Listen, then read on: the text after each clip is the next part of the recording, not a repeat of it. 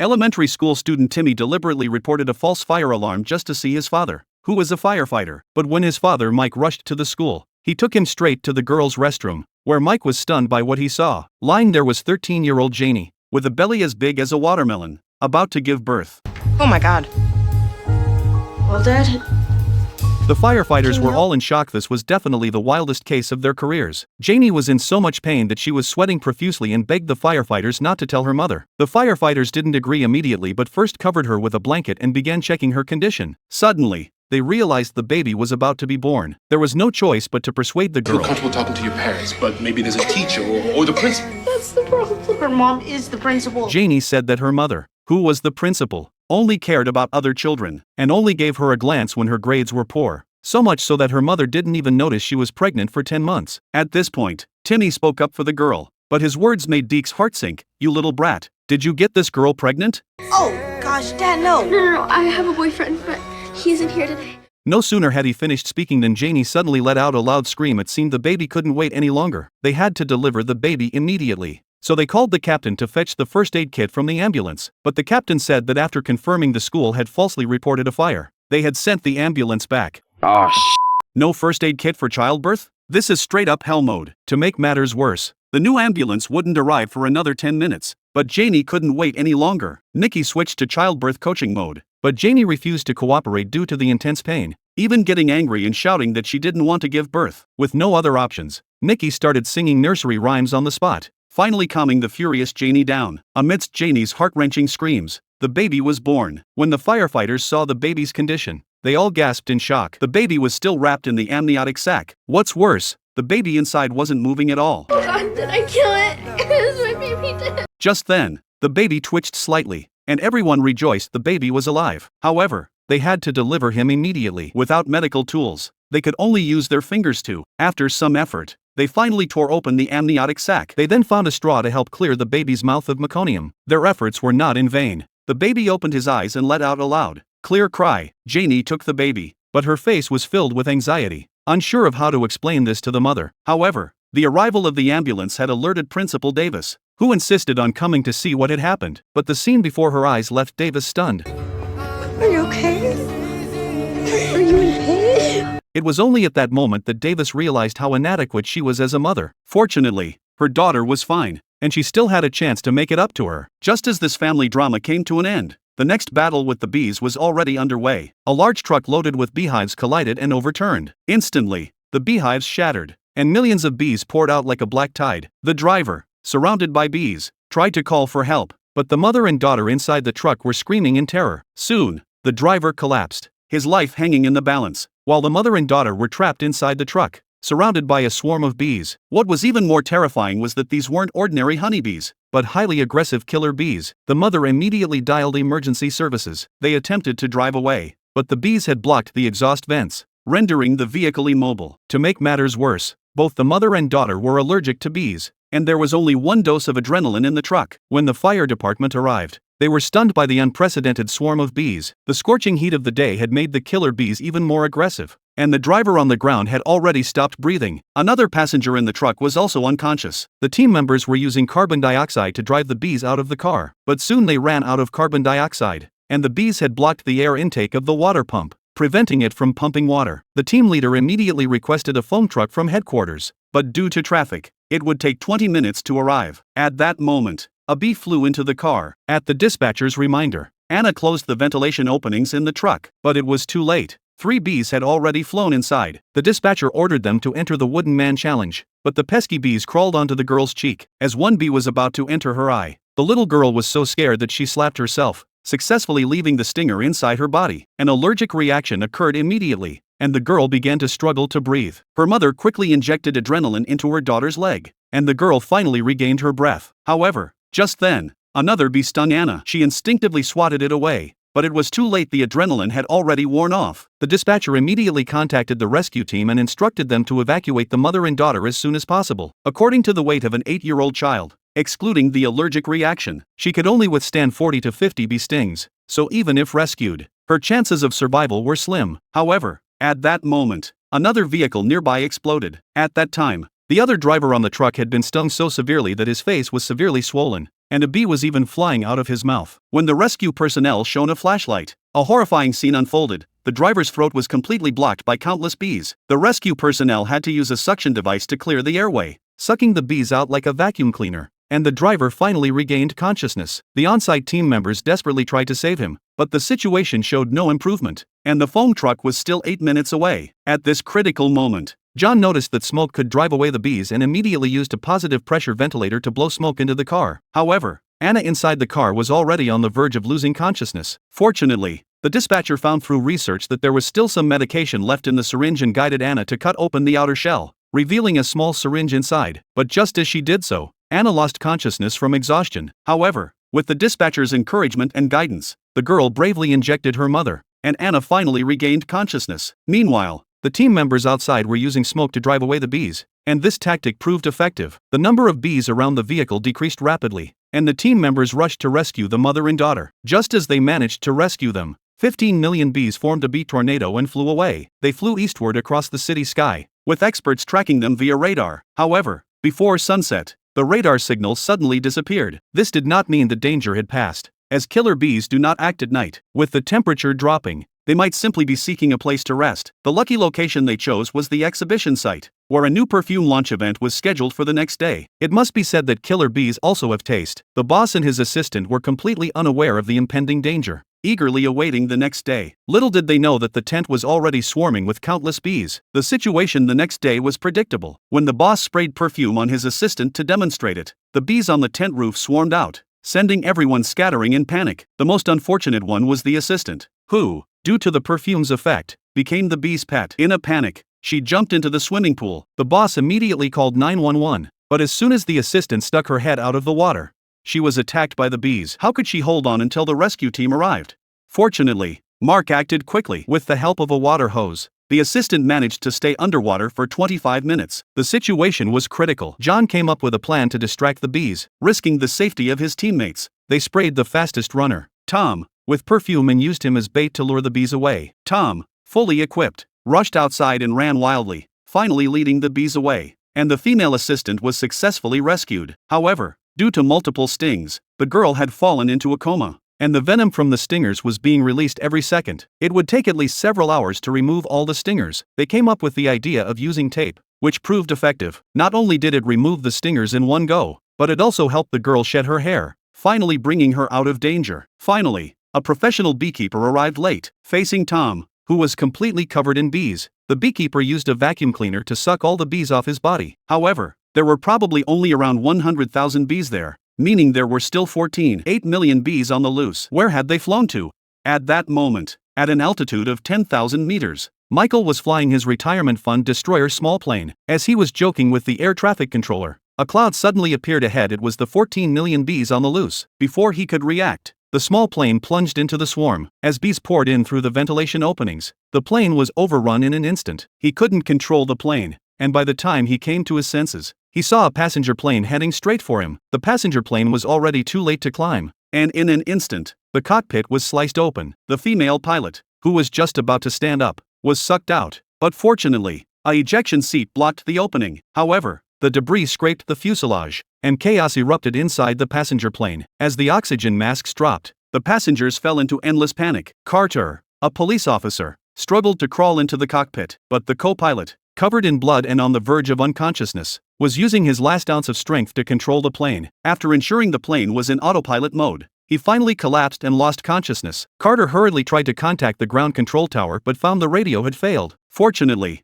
her phone still had signal, so she quickly dialed 911 for emergency assistance. The staff transferred her call to air traffic control, who immediately ordered the surrounding airspace to be cleared to ensure the plane could remain safely in the air. Carter temporarily relaxed. Returning to the cabin to find the gap above was extremely dangerous. She instructed the flight attendant to move all passengers to the rear of the cabin, as far away from the gap as possible. She then used the intercom to reassure the passengers, urging them to help one another and stay calm. The air traffic control agency called her, instructing her to land the plane safely. Carter was surprised to learn that the agency had contacted a flight instructor named Lisa, who would guide her through the landing procedure. Now, the lives of everyone on board were in Carter's hands, and she felt immense pressure. This was the best option available. and Carter had no other choice. Under the instructor's guidance, she had to complete the task of turning the plane around, but all those buttons were driving her crazy. At a critical moment, a black child pointed something out, and Carter successfully completed the maneuver. However, a new situation arose among the passengers. A little girl's leg had fractured. Under the remote guidance of a ground doctor, the black man first used the luggage handle as a splint. Magazines were used as leg supports, and finally, a tie was used to secure everything. But just then, the girl's leg swelled up even more, turning white below the knee, and she could no longer feel the pulse in her leg. The doctor immediately realized it was compartment syndrome, caused by rising blood pressure blocking blood flow. If the pressure wasn't relieved quickly, the girl's leg would be lost. The situation was critical. They needed to cut open the fascia immediately, but there were no sharp objects on the plane. At that moment, Old Black said he could make a knife using just a toothbrush and a lighter. It turned out he had served time in prison and had experience with such matters. Soon, a makeshift but sharp knife was crafted. Under the doctor's guidance, the man needed to cut approximately 1 centimeter of muscle, like slicing sausage, from below the knee down to the ankle. Though the scene was terrifying, the girl felt significantly better. Meanwhile, another emergency was unfolding. A man was breathing heavily and about to lose consciousness. He was constantly coughing up pink mucus, and the doctor immediately diagnosed it as bloody phlegm. This symptom was likely high-altitude pulmonary edema, with fluid accumulating in his lungs. His condition was critical, and the oxygen mask was no longer effective. They needed a medication that could dilate blood vessels and remove fluid from the lungs, and that drug was sildenafil, commonly used by men with erectile dysfunction. An elderly man slowly raised his hand. The medicine was now available, but how would they administer it to the unconscious man? The doctor asked the girl to find a nebulizer, and the elderly man's partner produced one. They were truly a great help. The girl crushed the tablet into a powder, mixed it with water, and poured it into the nebulizer. She aimed it at the man's mouth and nose, and after a few seconds, he finally regained consciousness. The crisis was slowly being resolved, and the optimistic girl was encouraging everyone. But before she could finish speaking, the gap in the cabin ceiling finally gave way, and countless luggage bags were sucked out. The plane's altitude was rapidly decreasing. At this point, the plane needed to accelerate upward. Under the instructor's guidance, Carter gripped the throttle control stick and pushed it all the way down. Although the nose was gradually lifting upward, the autopilot system would help the plane maintain balance automatically. However, unexpectedly, due to resistance, the autopilot failed. At the critical moment, the young boy took action. He operated the controls while monitoring the instrument panel. Air traffic control. We are parallel to the horizon. Carter looked at the young boy in disbelief, while the passengers had no idea they had just narrowly escaped death. Saved by a child. Ground crew finally breathed a sigh of relief upon hearing the boy's voice,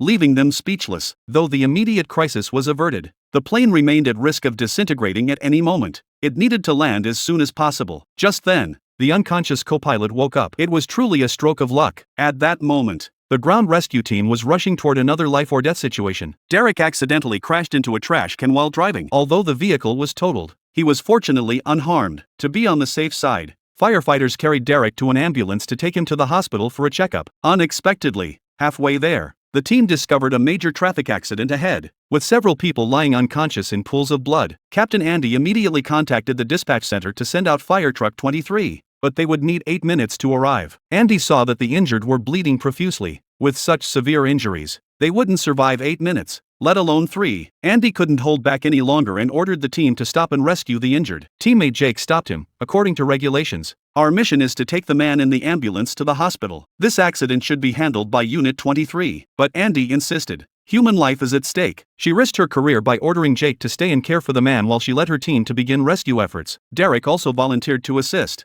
Why don't you take my gurney? They probably need it out there, right?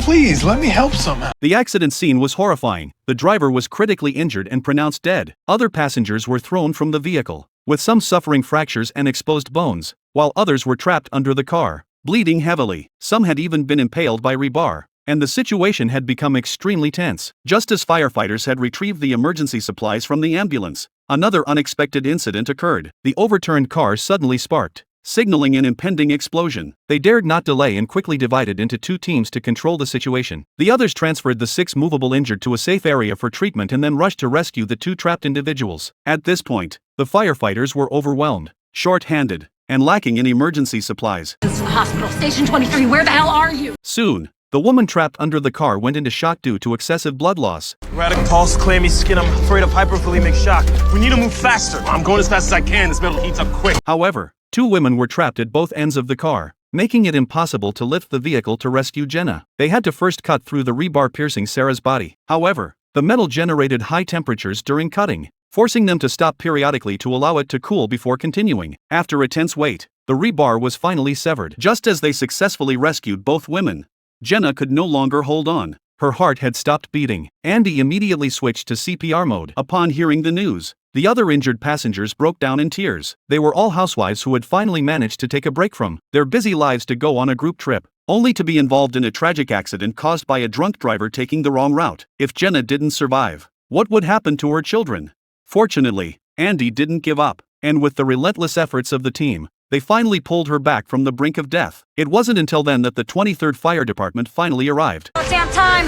You guys are lucky we happen to be passing by. You wouldn't be getting anything but recoveries right now. Andy and his team successfully rescued the group of mothers, but when she returned to the ambulance, she found that the patient she was responsible for was in trouble. It turned out that Derek had voluntarily given up his stretcher bed, and then his drug addiction kicked in. Derek frantically searched the car for morphine. Jake told Derek that there was only sedatives left, but he was out of control and didn't believe him. Derek's emotions eventually spiraled out of control, and he punched the glass, but his ring got caught on a hook. In his panic, he tore off a piece of flesh. Derek screamed in pain, accusing the firefighters of not taking him to the hospital in time. Although Derek was eventually taken to the hospital and his finger was saved, Andy and the others still got into trouble. Soon after, the chief arrived in a rage to hold Andy accountable for leading the violation of regulations. Fortunately, the firefighters at Station 19 stood united in support of Andy, helping her avoid a career crisis. The next rescue call was waiting to test the limits of these hardcore firefighters. Andy kicked open the door and followed the faint sounds, pushing open another door. Bob was lying on the ground with a metal lampstand piercing his chest. It turned out that Bob had decided to install the chandelier himself to save $100 on installation fees. Unfortunately,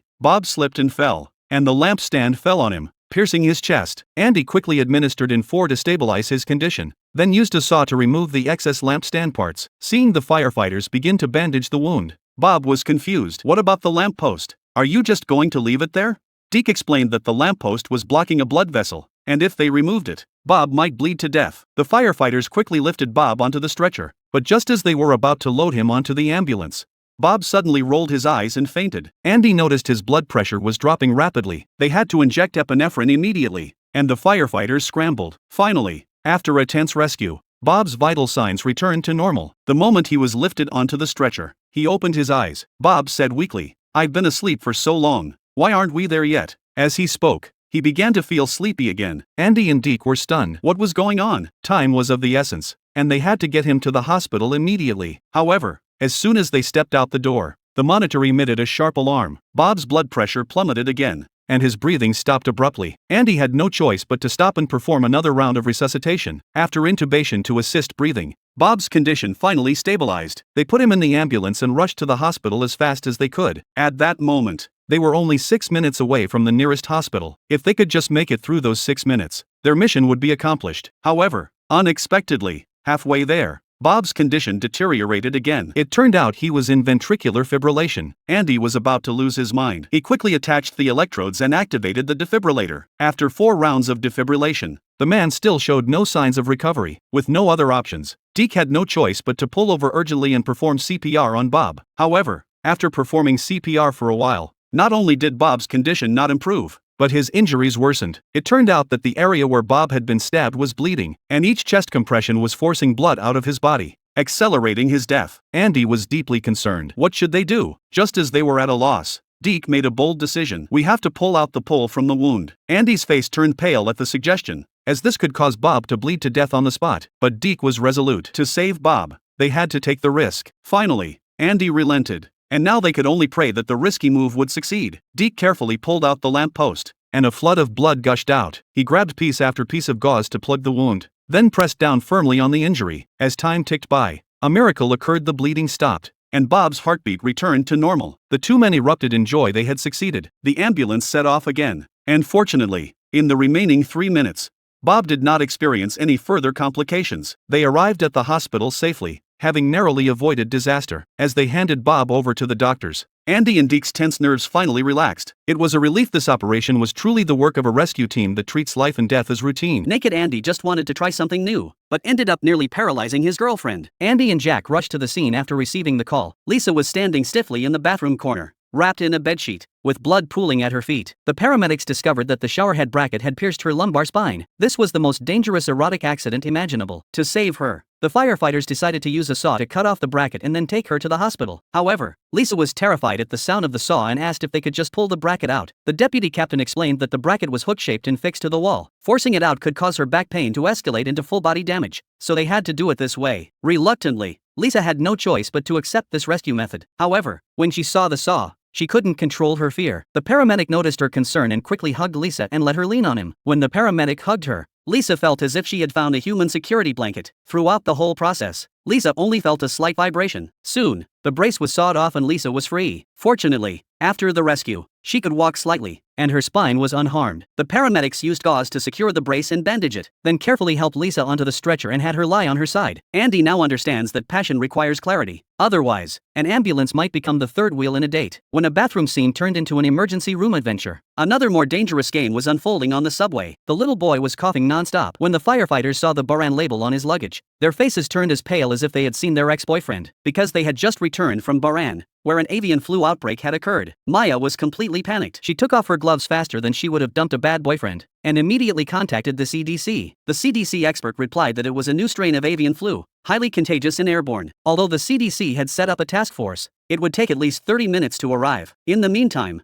Maya and Jack had to ensure that the passengers in the subway car remained isolated. However, with only 2 people trying to keep a crowd from panicking, it was like trying to stop a herd of wild horses. Sure enough, a man in a suit couldn't sit still. He questioned the firefighters, asking why they turned off the air conditioning and wouldn't let them get off the train. Other passengers also started to get restless. Maya had no choice but to tell them the truth. They had to carry out an emergency quarantine, and turning off the air conditioning was to prevent the virus from spreading through the air to the outside. Although Maya immediately covered the old woman's mouth with a mask, her words still caused panic among the crowd. The man in the suit continued to stir things up, saying that the boy had been coughing and spitting blood earlier. The man in the suit incited the passengers to escape the quarantine, saying, "This boy is coughing up blood. Do you want to die with him?" Everyone listened in panic, and when the man in the suit saw that the time was right, he encouraged everyone to get off the bus. Instantly, the carriage descended into chaos as passengers followed the man in a suit toward the exit. Jack stood in front of the door, but he was outnumbered and couldn't stop the crowd of people who had lost their minds. As the situation was about to spiral out of control, suddenly, Maya turned around and countered with moral blackmail. "If you go out and infect your families, you'll be the ones responsible for their deaths." At that moment, the crowd finally regained their senses and quietly returned to their seats. The suit-wearing man, like a cat whose tail had been stepped on, had no choice but to pretend to be docile. Seeing this, the 2 firefighters sighed in relief. Fortunately, everyone was civilized. Otherwise, they wouldn't have known how to handle the situation. However, this calm did not last long. A man in a checkered shirt suddenly started coughing, then spat blood and collapsed on the ground. It turned out that there was more than one source of infection in the carriage. The man in the plaid shirt had also been to Baran. He was now suffering from acute respiratory distress syndrome, caused by oxygen deprivation leading to arrhythmia. After a tense rescue and an injection of lidocaine, his symptoms finally eased. The firefighters breathed a sigh of relief, praying that nothing else would happen in the next few minutes. However, what they feared most happened. The boy who had been coughing took a turn for the worse and collapsed on the ground. Maya and Jack rushed over to save him. Judging from the boy's gums, they realized his blood pressure was dropping. They didn't dare to waste any time and immediately began resuscitation. But just as they were focused on saving the boy, the suited man nearby began to stir again. He didn't want to die with this group of people and insisted on leaving this metal coffin. Meanwhile, the rescuers were too busy saving the boy to stop this troublemaker. Just then, the subway security guard shocked the man in the suit with a taser, knocking him to the ground. The security guard seemed satisfied, but his smugness vanished the next moment. The man in the suit was convulsing abnormally at the back of his neck. The security guard panicked. "I'm in big trouble." Jack rushed over to check on the suit-wearing man and found that he had gone into cardiac arrest from the electric shock. He asked Maya for lidocaine, but Maya said they had already used it all up while treating the man in the checkered shirt. Hearing this, the security guard broke out in a cold sweat. Jack comforted him briefly and prepared to go to the ambulance to get the medicine, but Maya stopped him, as they couldn't violate the quarantine regulations. Jack knew that without medicine, the man in the suit would surely die. He put his hopes in the disease control center, but they replied that it would take 10 minutes to arrive. The problem was that the man in the suit might not last that long. Just then, Maya had a brainwave. With so many passengers, perhaps someone had medicine that could save him, so she asked everyone to take out the medicine they had on them and let her check. While Maya was searching for the medication, the man in the suit stopped breathing. The security guard hurriedly called Jack to save him. Unfortunately, at the same time, the man in the checkered shirt also stopped breathing and needed immediate assistance. Jack was at a loss. The boy under his care was still in critical condition, and he couldn't leave. Jack's mind was racing. What could he do to save everyone? Under tremendous pressure, Jack came up with a bold idea. He wanted to involve these untrained ordinary people in the rescue. And everyone stood up instead of standing idly by. They knew that in the face of a terrible epidemic, they had to unite. Jack asked a passenger to open the first aid kit and find the resuscitation bag, then threw it to the woman in red and told her to follow his instructions to assist the man in the plaid shirt with breathing. He then turned to the boy's father and told him to find anything labeled dopamine. Under the command of 2 firefighters, everyone quickly sprang into action to save the people. Meanwhile, Maya finally found a Miodoron after going through every bottle of medicine handed to her by the old woman. She immediately asked the old woman to take 2 tablets and put them into the man in the suit's mouth. Looking at the boy, his blood volume was too low and he needed an emergency blood transfusion.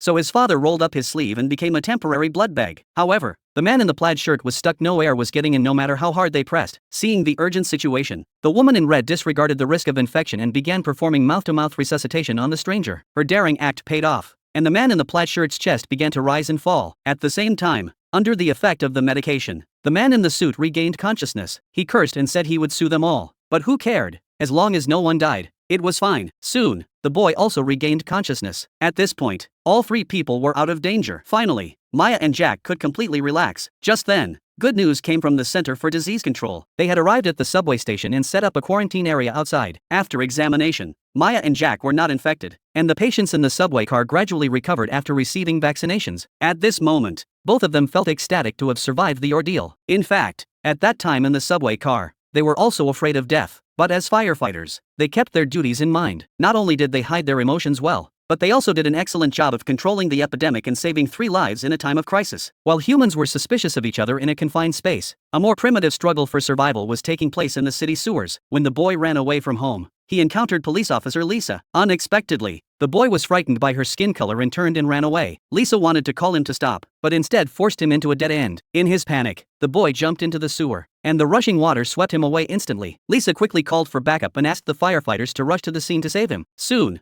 the firefighters arrived at the scene. Captain Mike analyzed the direction and speed of the water flow, as well as the drainage map, to determine the possible route the boy might have taken. He then dispatched firefighters to check every sewer along the route. Finally, their efforts paid off. The boy's handprints appeared on the wall of a sewer pipe. Based on this crucial clue, they identified a manhole where the boy might have passed through. Everyone boarded the fire truck and rushed to the intercept point. The captain instructed Maya to put on her equipment and prepare to enter the water early to rescue the boy. However, the equipment malfunctioned, and there was no oxygen in the oxygen mask. The captain, considering the safety of his team members, strongly demanded that the oxygen equipment be replaced. Just as they turned around, the boys' cries for help echoed from the sewer. What they didn't expect was that Andy had jumped in without any equipment. In the sewer, Andy struggled to grab the boy, but the swift current caused him to lose his balance. By the time he managed to struggle out of the sewage, the boy was nowhere to be seen. Not only had they failed to save the boy, but they now had to spend extra time rescuing Andy. Andy's leap had successfully upgraded the rescue difficulty from hard mode to hell mode. Fortunately, the teammates who stayed behind were quite capable. They checked the map and quickly predicted the next intercept point, which would also be their last chance to rescue Andy. Under the captain's leadership, everyone quickly moved to the new location. But when they arrived at the target location, they were stunned by the scene before them. How were they going to get down into such a small manhole to rescue someone? Time was of the essence, so the captain ordered someone to fetch a hand drill to enlarge the manhole. Jack looked at the narrow well opening and suddenly had a bold idea. He said, "Why don't we let the little boy climb up himself?" Maya was immediately awakened from her dream. She quickly fetched a life ring and threw it into the sewer. At this moment, the boy was leaning against a thin piece of scrap steel to avoid being washed away by the rushing water. The firefighter told him to let go of the steel and grab the life ring, but the boy was too scared to let go. At this moment, the boy's father rushed over and encouraged him to be brave for his sick mother. It turned out that the boy's mother was seriously ill and about to die. Unable to accept this terrible fact, he ran away from home. In the end, the boy's belief in his mother overcame his fear. He jumped against the strong current and finally grabbed the life preserver. When he returned to the ground, he couldn't even believe that he had succeeded. The surrounding crowd erupted in applause. Seeing the father and son tightly embracing each other, Andy's heart finally settled. While a young life was struggling in the darkness, an elderly man was paying a heavy price for a minor mistake. The 80-year-old man never imagined that a small piece of wire would cost him his right hand. Fortunately, firefighters patrolling nearby heard his cries for help. They thought the old man would be rescued soon, but unfortunately, the town was surrounded by the Los Angeles wildfires, and the medical team couldn't get in. The old man's wounds were too deep,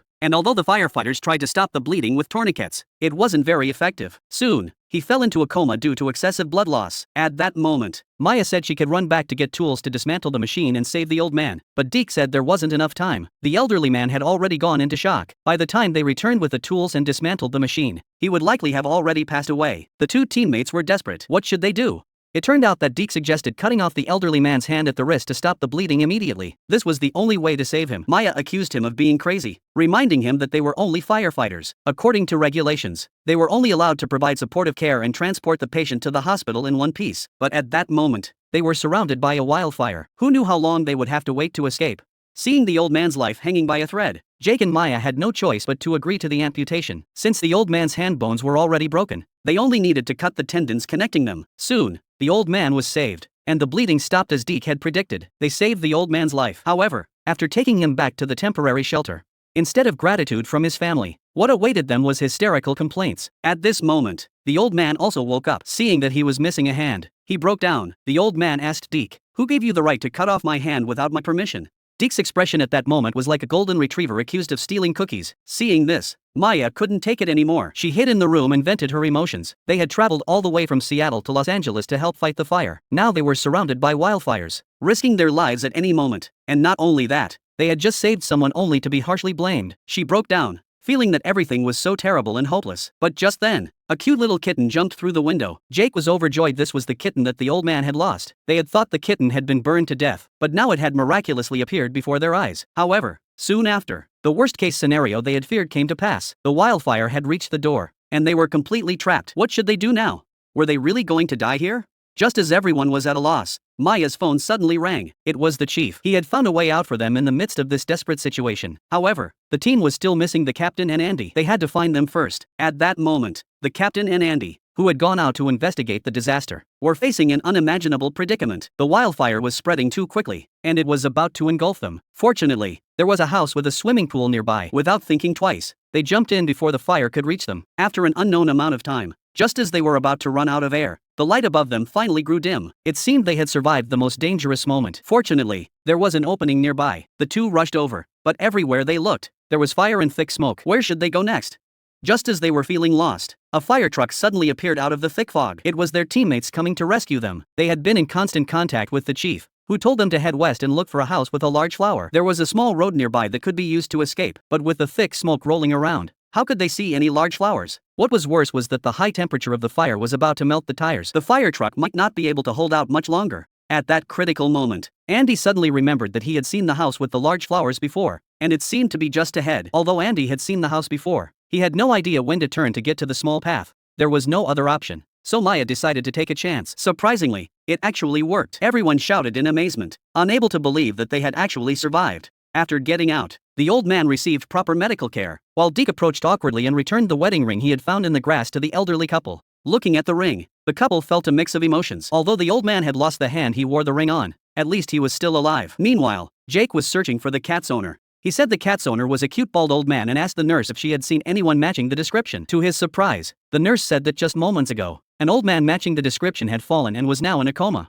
Jake was deeply regretful, but just then, the old man embraced the cat he had lost and found again as if he were holding the entire world. Finally, the Los Angeles wildfire was brought under control. The firefighters from Station 19 had done their job and were ready to go home. However, when they returned, Deke found himself in trouble because he had amputated the elderly man's limb without his consent. His superiors were holding him accountable. They accused him of abuse of power, and the promotion and raise he had worked so hard for were now freeze. A major accident has occurred. A fire broke out in an abandoned building, but when firefighters arrived to extinguish it, they turned on the sprinkler system and were surprised to find that it was spraying gasoline. The small flames instantly turned into a raging fire that engulfed several firefighters inside the building. But what exactly happened? It all started when a fire broke out in an abandoned building. When firefighters arrived at the scene, they didn't rush to extinguish the fire. After all, the building was about to be demolished, so there was no need to risk their lives. However, just as they were preparing to watch from a distance, a teammate patrolling the area made a shocking discovery. There were many empty bottles at the base of the wall, and at the entrance, there were numerous cans used for anti-theft alarms. It seemed that someone was living in the abandoned building. Just then, two small vagrants crawled out of the ventilation shaft. One of them was a girl who said there were 5 more inside and urged the firefighters to go rescue them. Andy tried to check on the girl, but she resisted fiercely. Not only that, she crawled back into the burning building, insisting on leading Andy inside. With no other choice, Andy called his teammates to follow her into the building. With the girl leading the way, they quickly found 3 of the homeless children, but 2 were still missing. At this point, the fire inside the building was growing more intense, and they had to control it immediately. Unfortunately, when the team members outside opened the nearby fire hydrant, they found there was no water inside. The situation was critical. What should they do? At that moment, Andy noticed the fire sprinklers on the ceiling. Perhaps they could activate the sprinklers to extinguish the fire. Hearing Andy and his teammates' conversation,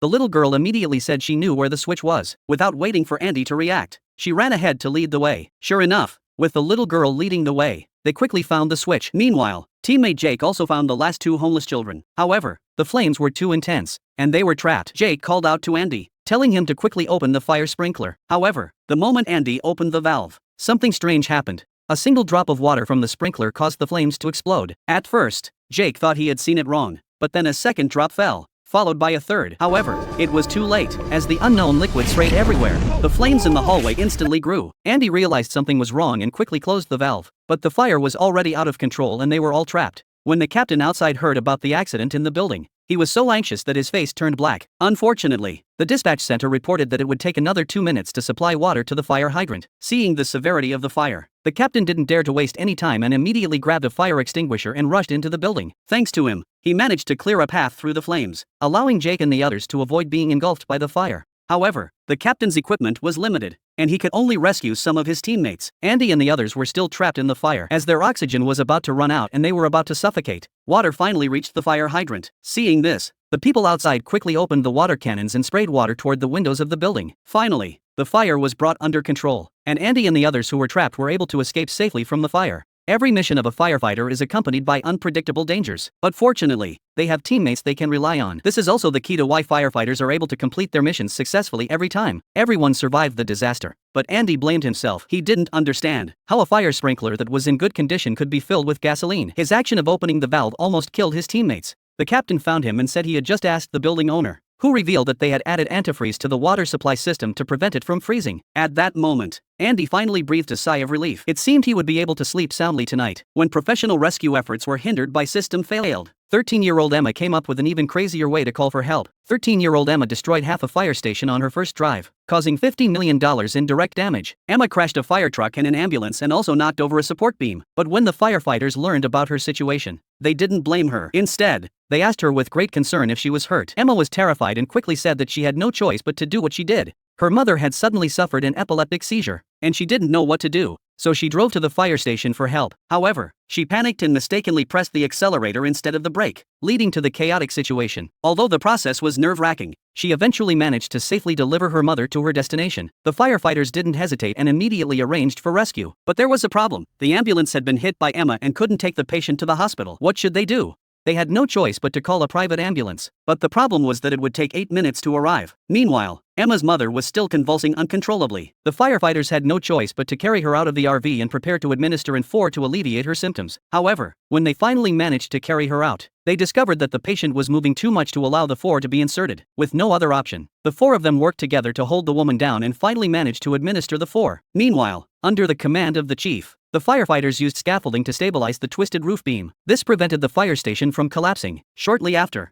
the private ambulance finally arrived at the scene to transfer the woman to the hospital. However, just as things had stabilized, the woman began convulsing again, this time even more severely. The firefighters immediately prepared to increase the 4 fluid, but the woman's movements caused her to pull the 4 off her neck. Not only that, but she also swung her arm wildly, striking a nearby firefighter. The firefighter was deeply upset. Given the woman's critical condition, she needed to be rushed to the hospital immediately. However, the private medical team refused to take her. The hospital stated that they dared not accept the patient in such a condition, as any damage to the equipment in the ambulance would result in financial liability. With no other options, the firefighters resorted to their last resort. They used a drill to create a hole in the woman's leg and administered intravenous fluids directly into the bone marrow. This method was extremely brutal and would cause the patient immense suffering, so the firefighters were reluctant to use it. However, they had no better options at the moment. To prevent the woman from moving and worsening her pain, they had to deploy 5 firefighters to subdue her. Fortunately, the firefighters were skilled, and the procedure was completed safely. As the medication took effect, the woman's seizures finally subsided, and everyone sighed in relief. Unexpectedly, just as they had solved the big problem,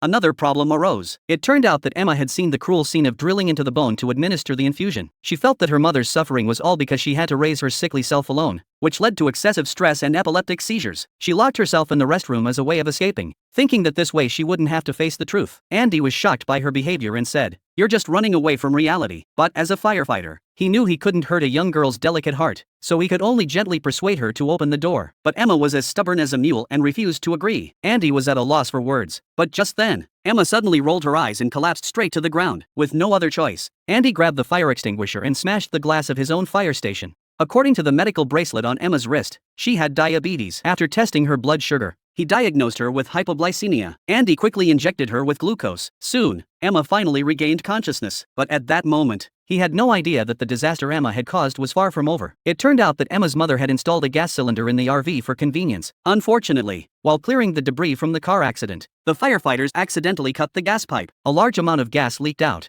and unfortunately, the severely damaged phone from the car accident sparked sparks. Thus, the already chaotic fire station faced another crisis. Fortunately, this was a fire station. Personnel and fire extinguishers were readily available. The firefighters had to get back to work, huffing and puffing as they began extinguishing the fire. Meanwhile, Emma was still distraught over her mother's situation. Andy said, "It's not your fault. All you need to do now is go to the hospital and take care of your mother." Finally, these words moved Emma. That night, the firefighters experienced the triple thrill of being emergency doctors, demolition crews, and psychologists. While humans were scrambling in the midst of disaster, nature was showcasing its even more ruthless destructive power. A large forest fire broke out in Los Angeles. Unexpectedly, even though the fire was burning right in front of him, the old man refused to leave. The firefighters were shocked. The old man was willing to risk his life for a cat. But seeing the old man's determination, Jake had no choice but to promise him, "I swear on my life that I will find your cat." Looking at Jake's honest and kind face, the little old man was finally convinced. The firefighters thought that such an elderly person was already a rare exception who wasn't afraid of death. But little did they know that the next two elderly people were the true heroes. Even though the wildfire had already reached their heads, they remained calm and said, "You outsiders from Seattle are overreacting. We've lived here for 80 years, and wildfires come every 10 years or so. But every time, it's been a close call but no harm done. I can guarantee this time will be no different." The old man spoke with such conviction that the firefighters were left speechless. However, the old man was soon proven wrong. Ashes rained down from the sky, burning a hole in his clothes. The old man was stunned. This had never happened before. As more sparks flew, the old man could only call the firefighters to help him put out the fire. The Seattle firefighters had never seen anything like this before. They couldn't understand how the wildfire could be thousands of meters away and still burn so close. When they looked up, they saw that the wildfire had suddenly closed in within a minute. It turned out that the wind had suddenly changed direction and blown the wildfire this way. Only then did the old man start to panic. This wildfire was far beyond his imagination. However, the dispatch center reported that all escape routes had been blocked by the wildfire. "You should find a nearby place to take shelter." Hearing this, the old woman panicked and scolded the old man for being reckless. Suddenly, she started bleeding from her nose, and her asthma, which hadn't flared up in years, also returned. The old man was heartbroken and quickly helped her into the house to rest. Considering that the fire would soon reach them, the old man had to go out to clear the bushes around the house. However, he never expected that the lawnmower, which had always worked normally, would malfunction at that moment. The old man panicked and reached out to fix it, which led to this tragedy. When a huge disaster engulfs a home, even a small accident in the kitchen requires professional rescue. Just now, firefighters received a rescue call about a woman who dropped her wedding ring while washing vegetables. She panicked and reached out to pick it up, but it got stuck in the garbage disposal. Although she turned off the machine in time, the intense pain in her hand told her that her finger was likely lost. However, her daughter, who was nearby, acted as if nothing had happened and continued playing mobile games. The three firefighters, on the other hand, had a completely different attitude. They comforted the woman with gentle words and quickly figured out how to disassemble the machine. The daughter, however, found her mother's actions annoying and impatiently asked, "Since there's a group of firefighters here handling this, can I go out and play?"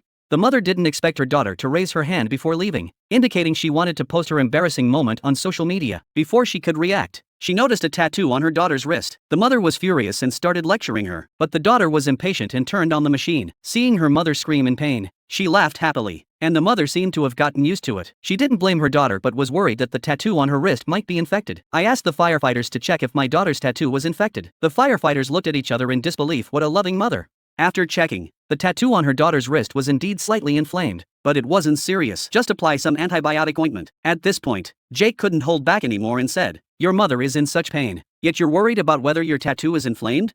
You have such a good mother, don't you know any better?" Meanwhile, the firefighters' rescue efforts were still making no progress. At this moment, the mother couldn't hold back her tears. Her lover was not by her side, and her daughter was treating her like this. She felt like she was a joke. Just as she was about to break down, the firefighters finally removed the crusher and freed her hand. Although it was bloody and mangled, all 5 fingers were still there. In the end, this family proved that sometimes it's not fingers that need to be crushed, but the wall of ice between generations. Sorry about the tattoo, Mom. Oh, baby. Not as sorry as you're gonna be a year from now. Jack and Mike, 2 brothers, were just there to pick up a drone, but Howard charged over with a hunting rifle. The older brother quickly shielded his younger brother and said, "We mean no harm. We're just here to retrieve the drone. We'll leave immediately." Seeing them about to leave, Howard suddenly panicked and shouted, "Don't move!" It turned out that Howard suffered from paranoia and had secretly buried a minefield with family photos in the yard. The brothers froze in place. They had been able to move around aimlessly before, but now that they knew the truth, they were directly triggered into a horror game mechanism. Howard tried to reassure them, saying, "Don't be afraid. I remember the location of every mine." But before he could finish speaking, there was a loud explosion, and Howard was blown to pieces, turning into a two-dimensional character. The brothers were terrified. At that moment, the older brother noticed that his leg had been hit by shrapnel, and his health bar was rapidly depleting. He soon collapsed to the ground. The younger brother was terrified and quickly dialed 911. The firefighters arrived at the scene after receiving the call, but the area was littered with landmines, so they dared not move. The bomb disposal team would take 40 minutes to arrive, but the team doctor observed through a telescope that the older brother, due to severe blood loss, wouldn't survive another 20 minutes. The team leader heard this and decided to immediately launch a rescue operation. He led a team member and climbed the ladder to the top. The captain threw his backpack down to test the ground. It was safe, so he jumped onto the backpack and used spray paint to draw a circle to mark the safe area. Every step they took was like playing Russian roulette. The two of them risked their lives together. The teammates behind them were worried and tense, not daring to breathe. Just as they were about to reach the boy, there was a sudden explosion. The team members were terrified, thinking the captain had been injured. But when the smoke cleared, they were relieved to find everyone was safe. The two quickly reached the brothers and found shrapnel had severed the older brother's femoral artery. Fortunately, the younger brother had been applying pressure to the wound to slow the bleeding. Under the remote guidance of the team doctor, they applied a tourniquet, injected saline solution, and began a blood transfusion. However, the older brother suddenly lost his pulse. The medic determined that blood had not yet returned to the heart and immediately instructed the team to perform CPR. After resuscitation efforts, the older brother finally regained consciousness. At that moment, the bomb disposal team arrived, and everyone finally breathed a sigh of relief. A crisis triggered by a misunderstanding had just ended, but another absurd chase was quietly unfolding. The thief, Lucas, had only stolen $5, but this triggered a global manhunt. The police, fire department, TV station, and negotiation experts were all on the scene. Even a helicopter was there to livestream the event. This is absurd, right? But it's based on a true story. At that moment, Lucas was mentally shattered, thinking, "I stole $5, not a nuclear bomb code." He also wanted to slap himself twice. There were so many escape routes. Why did he choose to climb onto the roof? Now he's trapped. But what's even more devastating is that 2 hours have passed since the incident, and everyone is just standing there watching. Howard impatiently asks the police, "Aren't you going to arrest him? Do you want him to spend Christmas here?" The police told Howard not to worry, saying, "Can't you see Lucas has a gun? The best thing to do in this situation is to wear him out. He'll surrender when he's exhausted." At this point, the firefighters were getting bored waiting, so they started betting on how long Lucas could hold out. "I bet he can last 3 hours. An hour passed, and the beautiful reporter finished her live broadcast and started chatting with the firefighters. 2 hours passed, and the bored firefighters started playing cards. 3 hours passed, and Lucas suddenly started acting like a starving wolf, demanding a plate of stinky snail noodles. Howard couldn't stand it anymore. After all this time, they weren't arresting him and were even feeding him. The police explained that it was to build trust and facilitate communication later. Just as they finished speaking, the delivery arrived. It was so fast it turned out the firefighters had ordered pizza. This made Howard even angrier. 4 hours passed in the blink of an eye. The firefighters started telling the police officer about his pickup lines. The female police captain and the male firefighter captain were also chatting animatedly. 5 hours passed, and Lucas, who hadn't gone to the bathroom the whole time, was about to burst. The firefighters had lost patience and suggested just letting him jump down. 6 hours passed, and Lucas was actually chatting with the negotiation expert about his personal life. Lucas switched to complaining mode, saying, "My mom won't give me pocket money, and my girlfriend wants gifts. I'm so struggling." However, while everyone was distracted, Howard quietly left with a ladder. At that moment, Lucas was still venting his grievances to the negotiation expert. The next second, Howard hit him with a stick, signaling the end of the battle.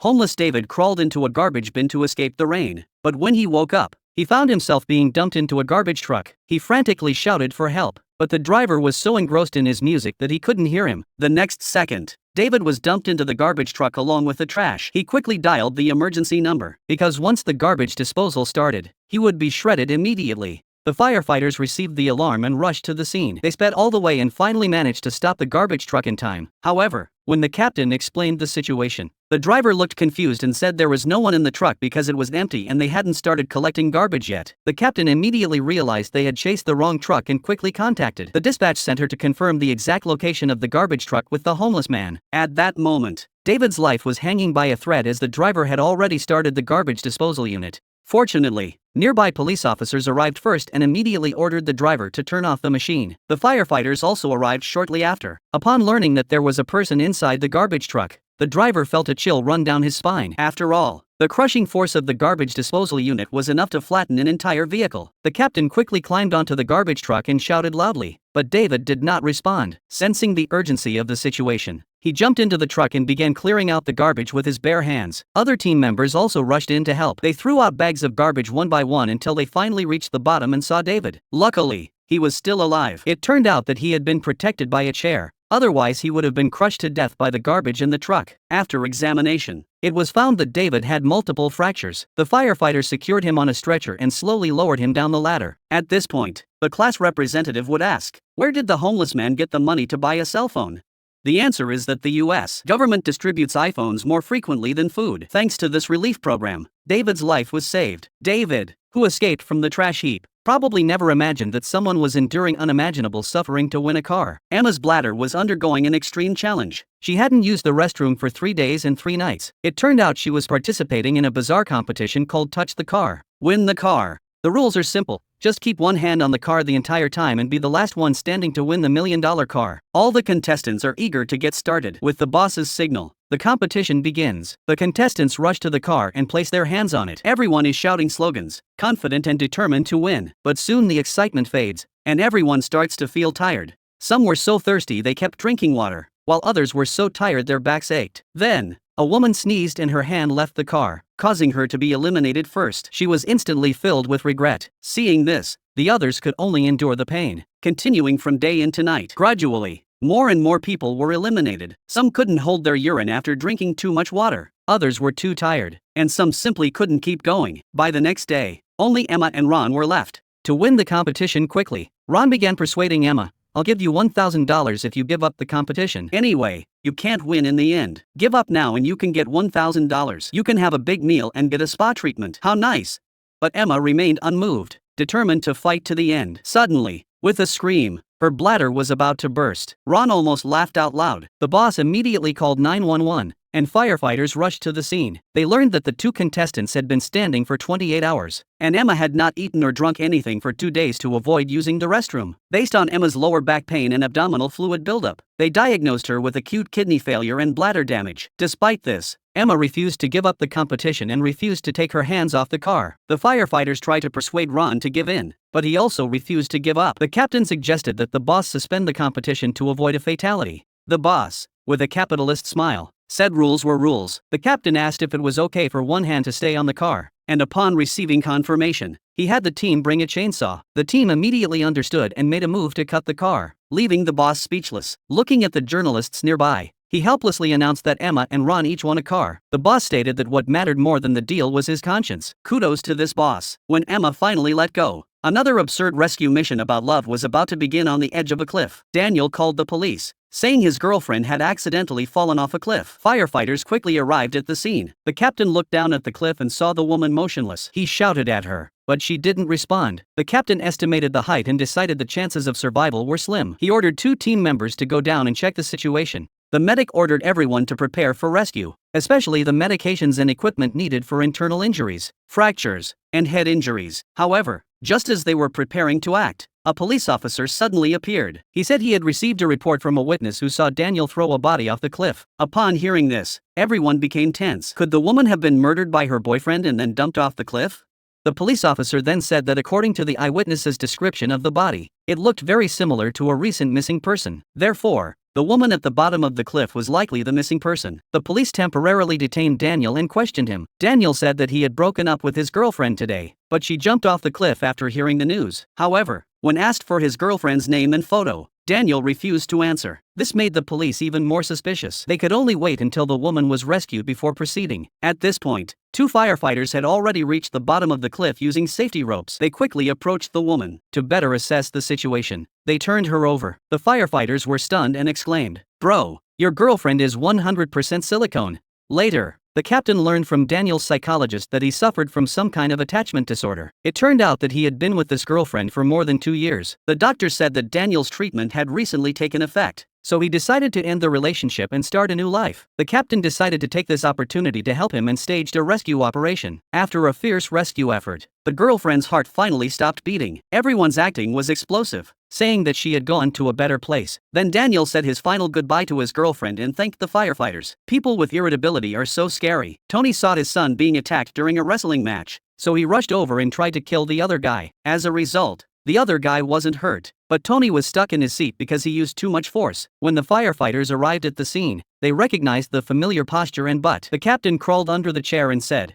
"Ha, it's an old acquaintance." Then, as usual, the medic checked if he was injured, and Tony said the same thing, "I'm just embarrassed, nothing else." However, Tony had one request. Could they not use lard this time? Because the video of his lard butt was still trending on social media, the captain assured him they'd use a chainsaw this time, but suggested he see a psychologist. Always getting so angry isn't good for your health and can hurt others. The firefighters started sawing the chair, and once it was mostly cut, they prepared to pull Tony out. 3, 2, 1 done. This was going to be trending again. After being rescued, Tony looked around at the crowd of onlookers and felt utterly defeated. In the end, he decided to follow the captain's advice and see a psychologist. The next day, accompanied by his wife and children, Tony drove to the psychological clinic. On the way, he promised his wife that he would change his bad temper and become a more emotionally stable person. But just then, a drunk driver behind him kept honking his horn. Tony was about to lose his temper, but he remembered his promise to his wife and held back. He even signaled for the drunk driver to pass him. Unexpectedly, the drunk driver, after overtaking, suddenly slammed on the brakes. Fortunately, Tony reacted quickly and swerved the car to avoid a collision. However, the next moment, the drunk driver pulled out a gun. Tony quickly told his wife and child to duck down and prepare to pull over. But just then, the drunk driver threw a bottle at them, then attempted a drift maneuver but lost control, causing the car to flip over. The car burst into flames and rolled over countless times before finally coming to a stop. Tony was so terrified by the scene that he lost his focus and crashed into the car in front of him. Soon,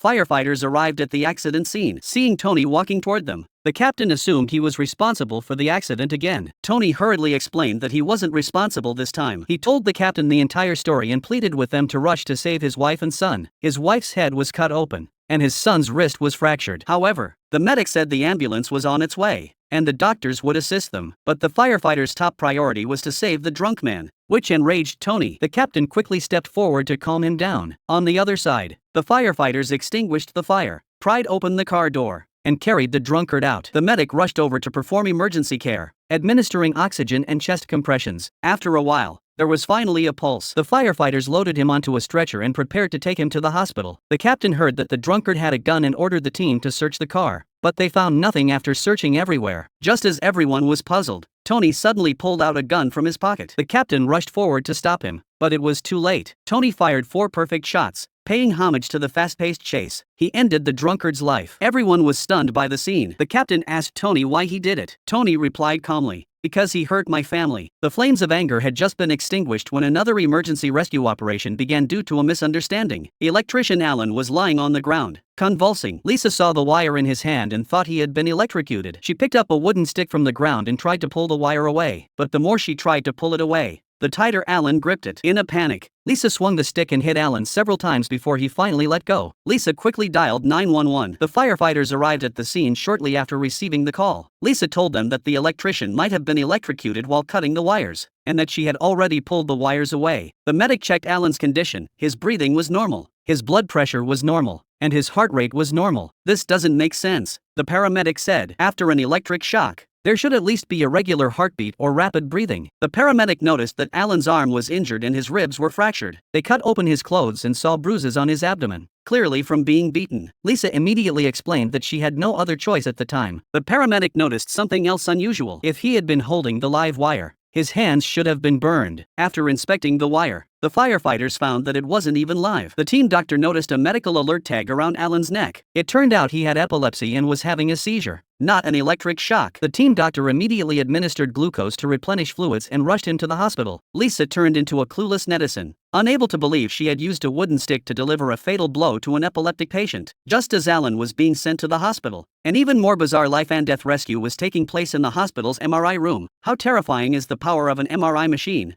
Bob, a reckless nurse, accidentally pushed a metal bed into the MRI room and was instantly sucked into the machine by the powerful magnetic force. Bob was stuck between the machine and the bed. The doctor immediately called 911. Firefighters arrived at the scene after receiving the call. The doctors informed them that the machine couldn't be shut down while it was running. They needed to turn off the magnets first. Although there was an emergency stop button, it was out of reach because it was blocked by the hospital bed. Now the firefighters needed to go inside and figure out how to press the emergency stop button. The captain asked who had any metal or steel objects in their bodies. As those people couldn't go in, almost everyone raised their hands. They had all been injured during the rescue operation. In the end, only 3 male team members and a female medic remained, and they had to go in lightly equipped. Once inside, the team members first wedged a wooden board between the bed and the machine to create a gap, then inserted an airbag into the gap and began inflating it. Once enough space was created, the captain quickly pressed the emergency stop button, and the machine immediately stopped running. Bob was finally saved. The medic checked him and said he needed an MRI. Bob said he would rather die on the spot. The firefighters had no choice but to take him to the emergency room. It seems that MRI will be a shadow over his life from now on. Bob had several broken ribs, while the unlucky Eric was still trapped in the recycling bin, enduring an even longer ordeal. Eric had just been dumped by his girlfriend and, in a fit of anger, threw all her belongings into the recycling bin. Unfortunately, the car keys had accidentally fallen inside. Even worse, when he reached in to grab the keys, his entire body got stuck in the recycling bin. To make matters worse,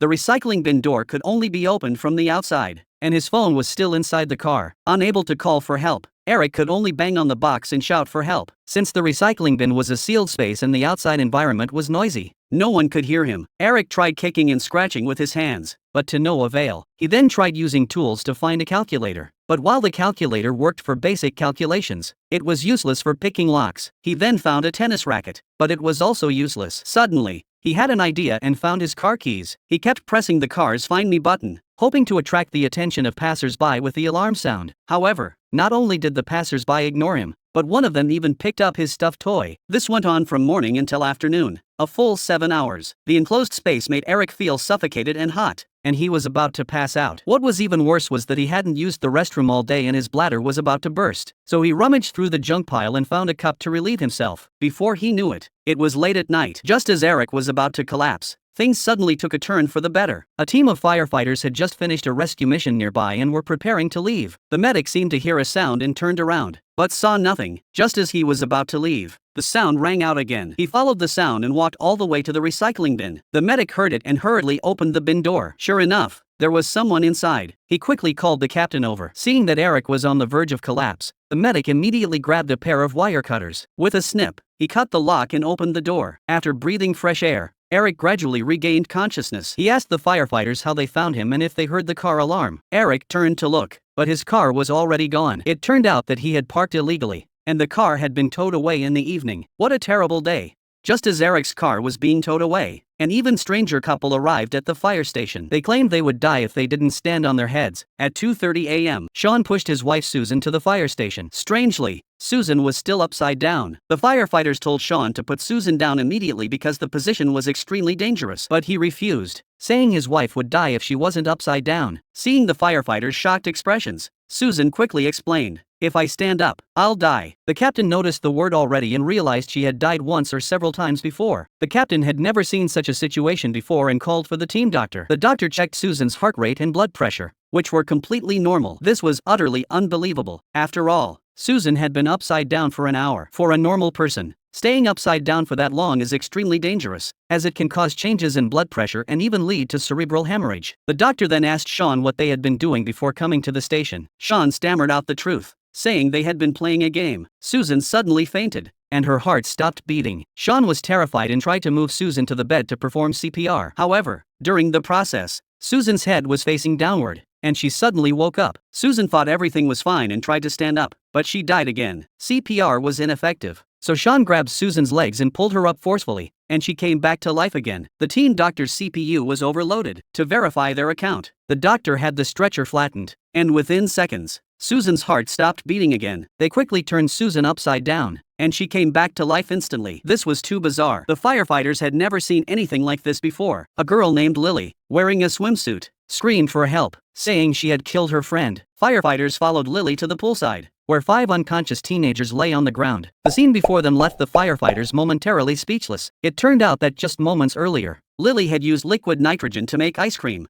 When she saw the smoke swirling around, she suddenly thought that if she put liquid nitrogen in the pool, she could create a magical wonderland. Taking advantage of the holiday, she dragged her younger brother Mike and some friends to throw a pool party. Little did she know that this idea would send her brother and friends to the hospital. When the firefighters learned that Lily had poured several buckets of liquid nitrogen into the pool, they were completely shocked. Fire Chief Hank quickly determined that the liquid nitrogen had evaporated, replacing the oxygen around the pool and causing everyone to suffocate. After emergency rescue, the first child regained consciousness. Then Mike coughed up water and woke up. So weak he couldn't speak. He said he would never play with his sister again. Soon, all 5 children regained consciousness. Just as everyone was breathing a sigh of relief, there was a splash, and firefighter Jack jumped into the nitrogen-filled pool. His teammates were terrified. "Are you crazy? There's nitrogen down there," Jack replied. "I can see her." However, the pool was filled with smoke, and no one could see what was happening below. Everyone was worried about Jack's safety. When Jack finally surfaced from the thick fog, he was holding the 6th drowning girl, Emma, in his arms. It turned out that the observant Jack had noticed an extra pair of flip-flops by the pool and deduced that there must be someone else in the pool. Fortunately, his daring rescue was not in vain. Just as the rescue was about to conclude, Lily suddenly clutched her chest, gasping for air, then coughed up water and collapsed. The firefighters immediately diagnosed her with delayed drowning reaction, where fluid in the lungs causes airway spasms. The firefighters acted swiftly, and with the sound of ambulances wailing, Lily was rushed to the hospital. The terrifying party caused by liquid nitrogen finally came to an end. Hopefully, the children will always remember that scientific experiments are cool, but safety comes first. The liquid nitrogen party almost caused a disaster, but the firefighters' spirit of adventure never stopped. The firefighter slipped in the foam, but the friction on the bottom of his feet instantly ignited the flames. It turned out that just a moment ago, a drone had cut the gas pipe at the gas station, causing a large amount of gasoline to leak.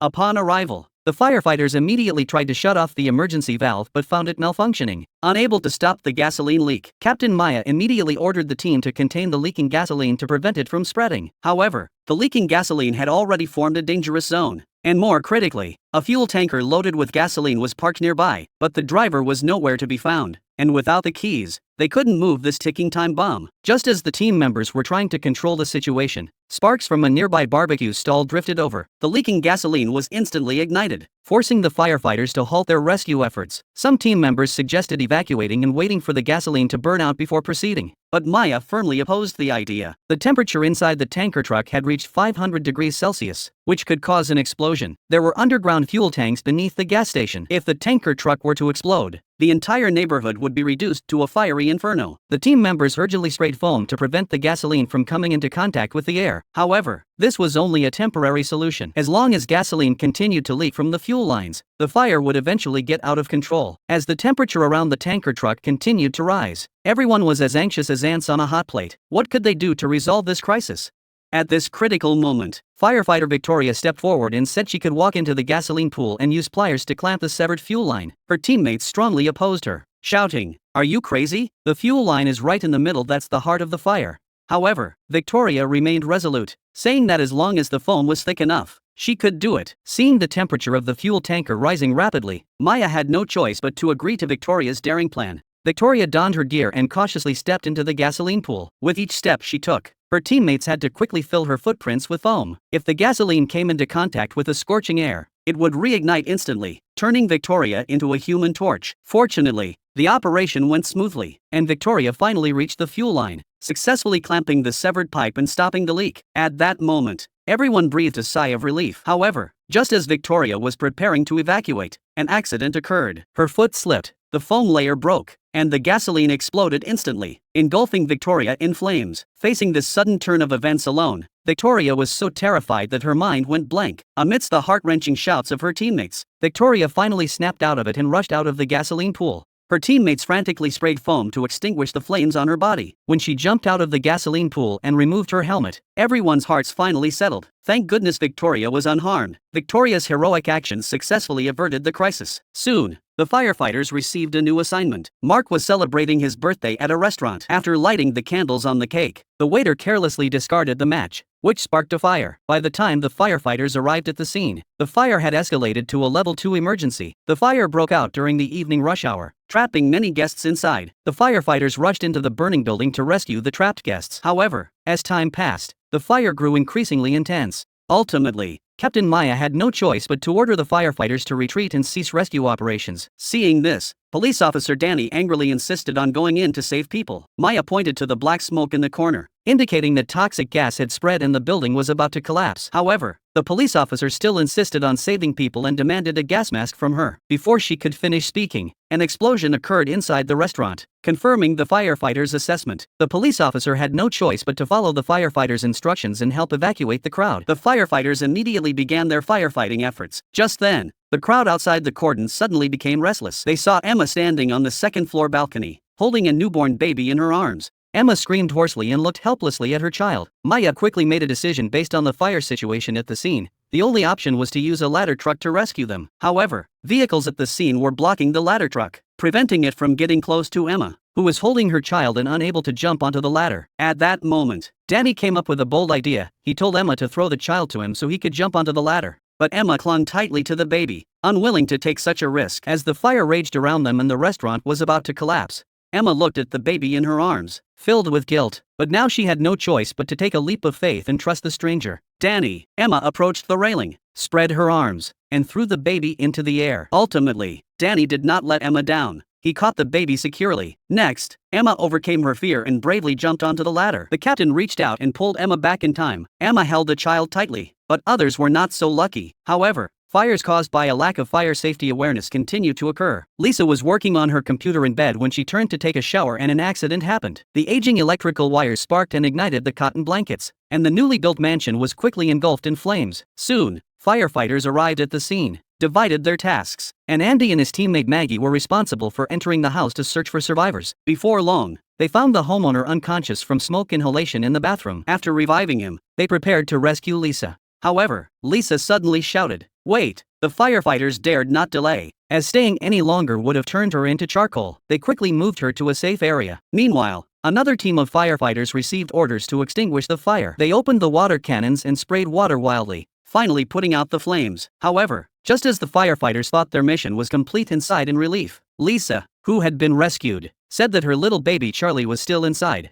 This news made the firefighters' hearts sink. They were all very discouraged and prepared for the worst. But just then, a faint whimper came from inside the house. They kept calling Charlie's name and quickly located a pile of debris in the corner based on the sound. However, when they moved the debris, everyone was stunned. The Charlie they rescued was actually a Pomeranian. Seeing the dog in firefighter Jack's arms, the onlookers clapped enthusiastically. The homeowner was so moved that tears welled up in her eyes. She took her beloved pet and repeatedly thanked Jack, completely ignoring Andy and Maggie, who had saved her life. This scene left the two female firefighters both amused and exasperated. They were the ones who had saved Lisa's life. Meanwhile, the firefighters were facing an eerie situation. Firefighters Bishop and Victoria were surrounded by a strange blue flame, while their teammates stood at a safe distance, afraid to approach. This special blue flame was caused by burning alcohol, which was extremely difficult to extinguish once it came into contact with the body. It turned out that just a moment ago, a tanker truck had collided with a small car and overturned. When the firefighters arrived, they rushed to rescue the seriously injured driver. Unexpectedly, during the rescue, they discovered something strange.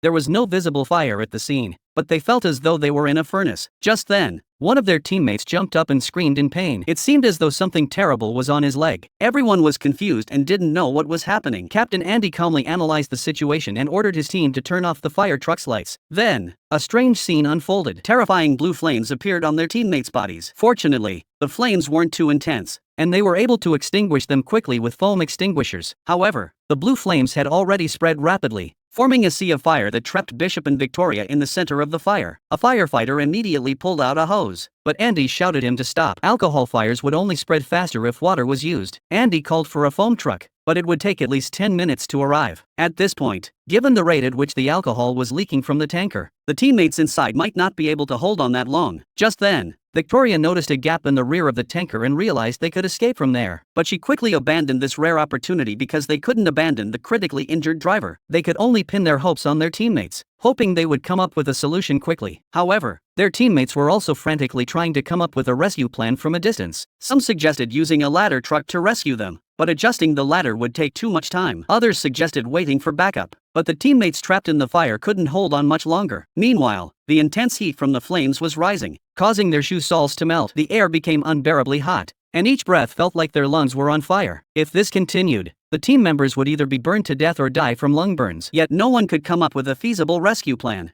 At that moment, Andy made a daring decision. Let's drive the water tanker straight into the fire. Her teammates said she was crazy, as the scorching ground would cause the tires to melt. But Andy didn't care. She had already confirmed this plan. As the water tanker sped into the flames, the tires emitted a piercing sound of melting metal, but they successfully cleared a temporary path. Finally, with everyone's coordinated efforts, the three trapped individuals managed to escape the inferno. Thanks to the timely rescue, Victoria and Bishop only suffered minor injuries, and the driver was taken to the hospital and is out of danger. The subsequent investigation revealed that the tanker truck was transporting industrial alcohol. The entire rescue operation took only 8 minutes and 42 seconds. On the other side of the road, a 58-story financial building suddenly caught fire, and thick smoke quickly engulfed the entire building, trapping hundreds of business elites. When Fire Chief Maya arrived with the rescue team, she found that all escape routes were filled with deadly toxic smoke. She strongly urged everyone to stay inside the building. CEO Richard refused to wait and insisted on going downstairs. Just as the firefighters were about to stop the stubborn boss, Molly, who had been temporarily appointed as a safety officer, couldn't stand it anymore. She stepped forward and scolded her superior. The carbon monoxide concentration in the stairwell had exceeded the safe limit by 30 times. If anyone went downstairs now, they would lose consciousness within 3 minutes, and no one would be able to save them. The boss, humiliated by Jasmine's scolding, felt his face was lost, but to save his life, he had no choice but to abandon the idea of leaving. Meanwhile, firefighters were racing against time on the top floor, deploying large smoke extractors to remove the toxic gases. Soon, after ensuring the hallway was passable, the firefighters lifted the evacuation order, allowing everyone to evacuate. Maya emphasized that everyone must avoid crowding while descending the stairs to prevent stampedes. However, the fire suddenly escalated. Flames were now spreading up the glass, and a sudden explosion caught everyone off guard. Worse still, the panicked crowd lost control, desperately rushing toward the only stairwell. Maya shouted desperately, but no one was willing to stop. They had no choice but to split into two groups to carry out the rescue. Maya was responsible for pulling the water hose to extinguish the fire, while Victoria went after the panicking people to ensure their safe evacuation. However, to Victoria's surprise, when she reached the stairwell, she did not see the trapped civilians but her teammate Montgomery lying in a pool of blood. It turned out that Montgomery had been struck in the chest by shards of glass during the explosion. His partner, Bishop, didn't dare waste any time. He quickly dragged Montgomery away, but halfway there, they discovered Jasmine, who was barely clinging to life. It turned out that the explosion had caused chaos, and Jasmine had tried to maintain order but was knocked down by the crowd and trampled. She now had multiple fractures and even a pneumothorax. She needed to be taken downstairs immediately for a thoracentesis. But the problem was, if Bishop chose to take Jasmine downstairs, what would happen to Montgomery, who was also seriously injured? It was a difficult decision, and Bishop couldn't make up his mind. Just then, Montgomery made the decision for him. He gave the young Jasmine the chance to live. After a painful struggle, Bishop finally decided to respect Montgomery's wishes and send Jasmine downstairs. Bishop didn't dare to waste any time. He was determined to save Jasmine and then go back to rescue Montgomery. Fortunately, halfway there, he met Travis, who had returned. He excitedly shouted at Travis to hurry and save Montgomery. With his teammates' support, Bishop could finally focus on rescuing Jasmine. At that moment, Jasmine's mother had already been waiting downstairs. Seeing her daughter still alive, she excitedly embraced the firefighter. However, life is unpredictable. Although Bishop rushed Jasmine to the hospital as quickly as possible, she ultimately succumbed to her injuries and died. Upon hearing the news, Bishop's face was filled with grief and anger toward fate. But soon another piece of bad news came. Although Montgomery was finally rescued from the building, due to the long delay, he had lost 2,300 milliliters of blood. When he arrived at the hospital, the doctor said that the chances of saving him were slim. What worried him even more was that Victoria blamed him for leaving Montgomery alone in the dark hallway to die. Although he explained that it was Montgomery's wish, his defense was so weak at that moment. Fortunately, Montgomery survived thanks to his strong will to live. After a month of rest and recuperation, he returned to the team. A few days later, the sound of a baby crying came from the bathroom wall. The fire department received the alarm and rushed to the scene. Captain Maya brought a stethoscope and listened carefully to the wall, then tapped it gently to determine the baby's location and marked the spot. Travis picked up an axe and was about to smash the wall, but Maya stopped him in time. At that moment, the police also arrived at the scene. They suspected that someone had given birth to a baby in the bathroom and accidentally dropped it into the sewer pipe. So they searched every house in the neighborhood. Jack made a hole in the wall, and the baby's cries became clearer. They quickly tore open the wall to expand the space. Victoria suddenly thought of a crucial issue. If someone flushed the toilet at that moment, the baby could drown. So she rushed out and shouted to the neighbors upstairs not to flush the toilet. The three prepared to cut the pipe. As soon as they made the first cut, a pungent liquid flowed out. They endured the foul odor and removed the pipe. Maya shone a flashlight inside and saw the baby. They cut off the excess pipe, but due to its narrow diameter, the baby was stuck inside and couldn't come out. Maya poured a bottle of lubricant into the pipe and gently pushed from the bottom. The baby was finally pulled out. However, the baby had stopped breathing. Travis quickly used a defibrillator, but it had no effect. Maya directly removed the foreign object from the baby's mouth with her hands. Everyone finally breathed a sigh of relief when they heard the baby cry. They rushed the baby to the hospital, while the police upstairs followed the bloodstains on the ground to find the child's mother. It turned out that the girl was pregnant out of wedlock. In a moment of despair, she had done something foolish. In the end, both mother and child were safely taken to the hospital. The firefighters didn't even have time to rest before they received a report of an accident on a roller coaster at an amusement park. The two brothers wanted to ride the roller coaster for thrills, but the fat one's belly was too big and blocked the safety bar. The staff did a sloppy job and started the equipment without taking proper safety measures. The two were still very excited, unaware of the danger that was about to befall them. Soon they reached the highest point and then rushed down at an extremely fast speed. At that moment, the guardrail suddenly sprang open and the tall, thin man was thrown out. By the time the firefighters arrived, the roller coaster had stopped in midair due to a malfunction. The fat man was hanging there for more than 10 minutes, while his companion had already died. The crowd gathered below were busy taking photos and posting them on WeChat Moments. Travis wanted to use a ladder to climb up, but it wasn't long enough. He could only slowly climb up. As he climbed, he reassured the fat man he was quite loyal, even at the brink of death. He was still concerned about his companion. Travis could only lie to him and say that he still had a breath left. Soon, he climbed above the fat man and lowered the safety rope for him to grab, but the fat man said he had no strength left. Travis risked his life to pull him up, but the fat man was still worried about losing face and being photographed and becoming a hot topic. Travis said that it wasn't that easy to become a hot topic and that he should think about his own safety first. However, the fat man had been holding on for 20 minutes and was completely exhausted. He finally let go due to exhaustion. However, one accident after another happened to the firefighters themselves. A 100,000-volt high-voltage wire fell into the pool, killing a man instantly. But there was still a little girl trapped in the middle of the pool. Seeing that the girl's life was in danger, Travis, as a firefighter, didn't dare to waste a moment. He picked up an inflatable shark nearby to try to save her. Victoria immediately stopped Travis. She wanted to use a safer method, so she and Travis cut off a section of the rubber tube. They each held one end and slowly approached the girl. At that moment, a sudden spark of electricity scared them out of their wits. Fortunately, they managed to pull the girl back to shore safely. Firefighter Richard was on his way home from work. He braked suddenly to avoid an obstacle ahead and was involved in a traffic accident. Richard was rear-ended by a car behind him, and a piece of rebar pierced through the windshield and directly into his skull. Maya received the call and immediately brought her team members to the scene. They found Richard conscious. He even asked Maya to take out her phone and film him. They stabilized Richard's neck to prevent further injury from movement, then loaded his car onto a tow truck and transported him to the hospital along with the vehicle. They used tools to cut the rebar, but by then Richard had already fallen into a coma. Richard was quickly taken to the operating room, where doctors spent several hours performing emergency surgery to remove the rebar from his skull. Fortunately, Richard eventually pulled through and was out of life-threatening danger. However, a difficult conversation about the dignity of life soon left the firefighters torn. John was critically ill and on the brink of death. After the firefighters managed to revive him, he weakly asked, "Why did you save me?" Hearing this, the firefighters were speechless, and his daughter Amy was heartbroken. She couldn't understand why her father would want to end his life. It turned out that John was suffering from cancer, and the unbearable pain had driven him to the brink of despair. He didn't want to die in the hospital. Amy took him home and cared for him diligently, but he could only lie in bed, relying on machines to breathe. This life left him completely despairing. He confided in Jack that he had long wanted to leave this world but didn't know how to tell his daughter. Jack asked him if he had signed a euthanasia agreement, and John firmly replied that he had, but Amy denied it. It turned out that John had drafted the agreement but was afraid Amy wouldn't accept it, so he didn't have her sign it. Jack told him that without the agreement, they would have to take extreme measures to keep him alive. This meant more tubes, more machines, and more drugs. "Are you ready to endure this?"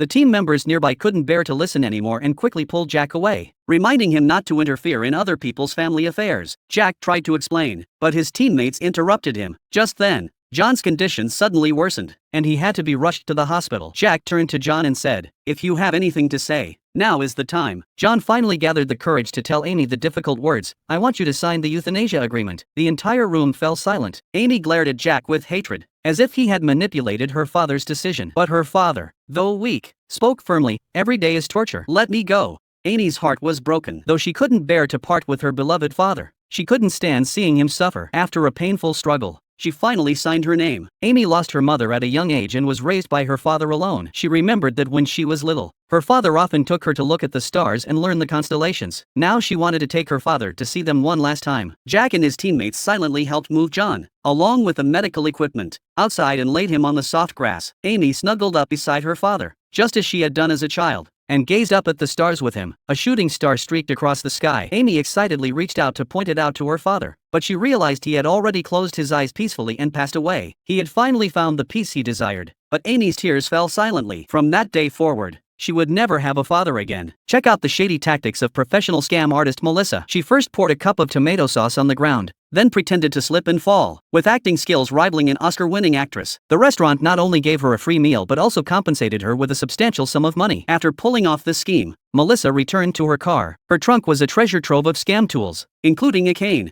bandages, and a neck brace. After tasting success, Melissa immediately set her sights on a new target. She targeted Jack, who drives a Porsche. He had just bought a home theater system and was excitedly preparing to surprise his wife at home. But when Jack was backing up, he suddenly felt like he hit something. He got out of the car and saw Melissa clutching her leg and screaming. She demanded $50,000 in compensation. Even more cleverly, Melissa noticed that Jack's car paint was custom-made, so she immediately changed her story, saying her headache had flared up again and demanded an extra $10,000. After easily getting the check, Melissa was brimming with confidence. She quickly set her sights on Martha, an elderly woman wearing designer clothes. Melissa had just positioned herself behind Martha's car when a passing vehicle collided with her. Unaware of the situation, Martha hummed a tune while backing up, accidentally running over Melissa. Terrified, the elderly woman quickly called the police for help, exclaiming, "Oh my God, I might have run someone over."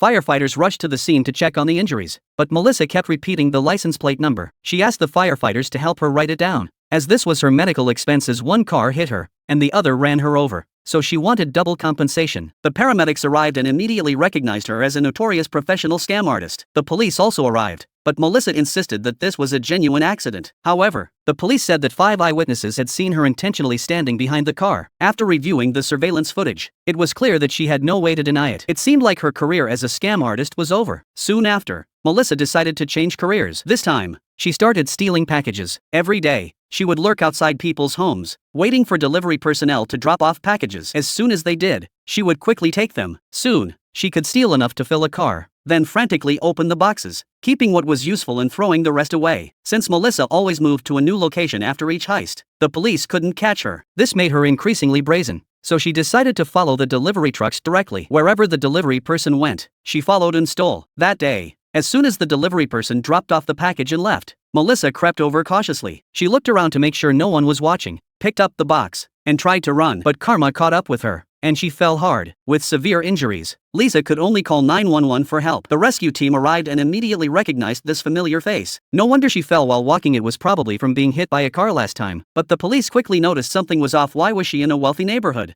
Just then, the police who had responded to the call arrived. Melissa immediately pretended her leg hurt and demanded to be taken to the hospital. The police recognized her immediately and confirmed through the homeowner's description that she was the recent serial package thief. The officer shook his head in exasperation and said, "You switched from staging accidents to stealing. Can't you learn something better?"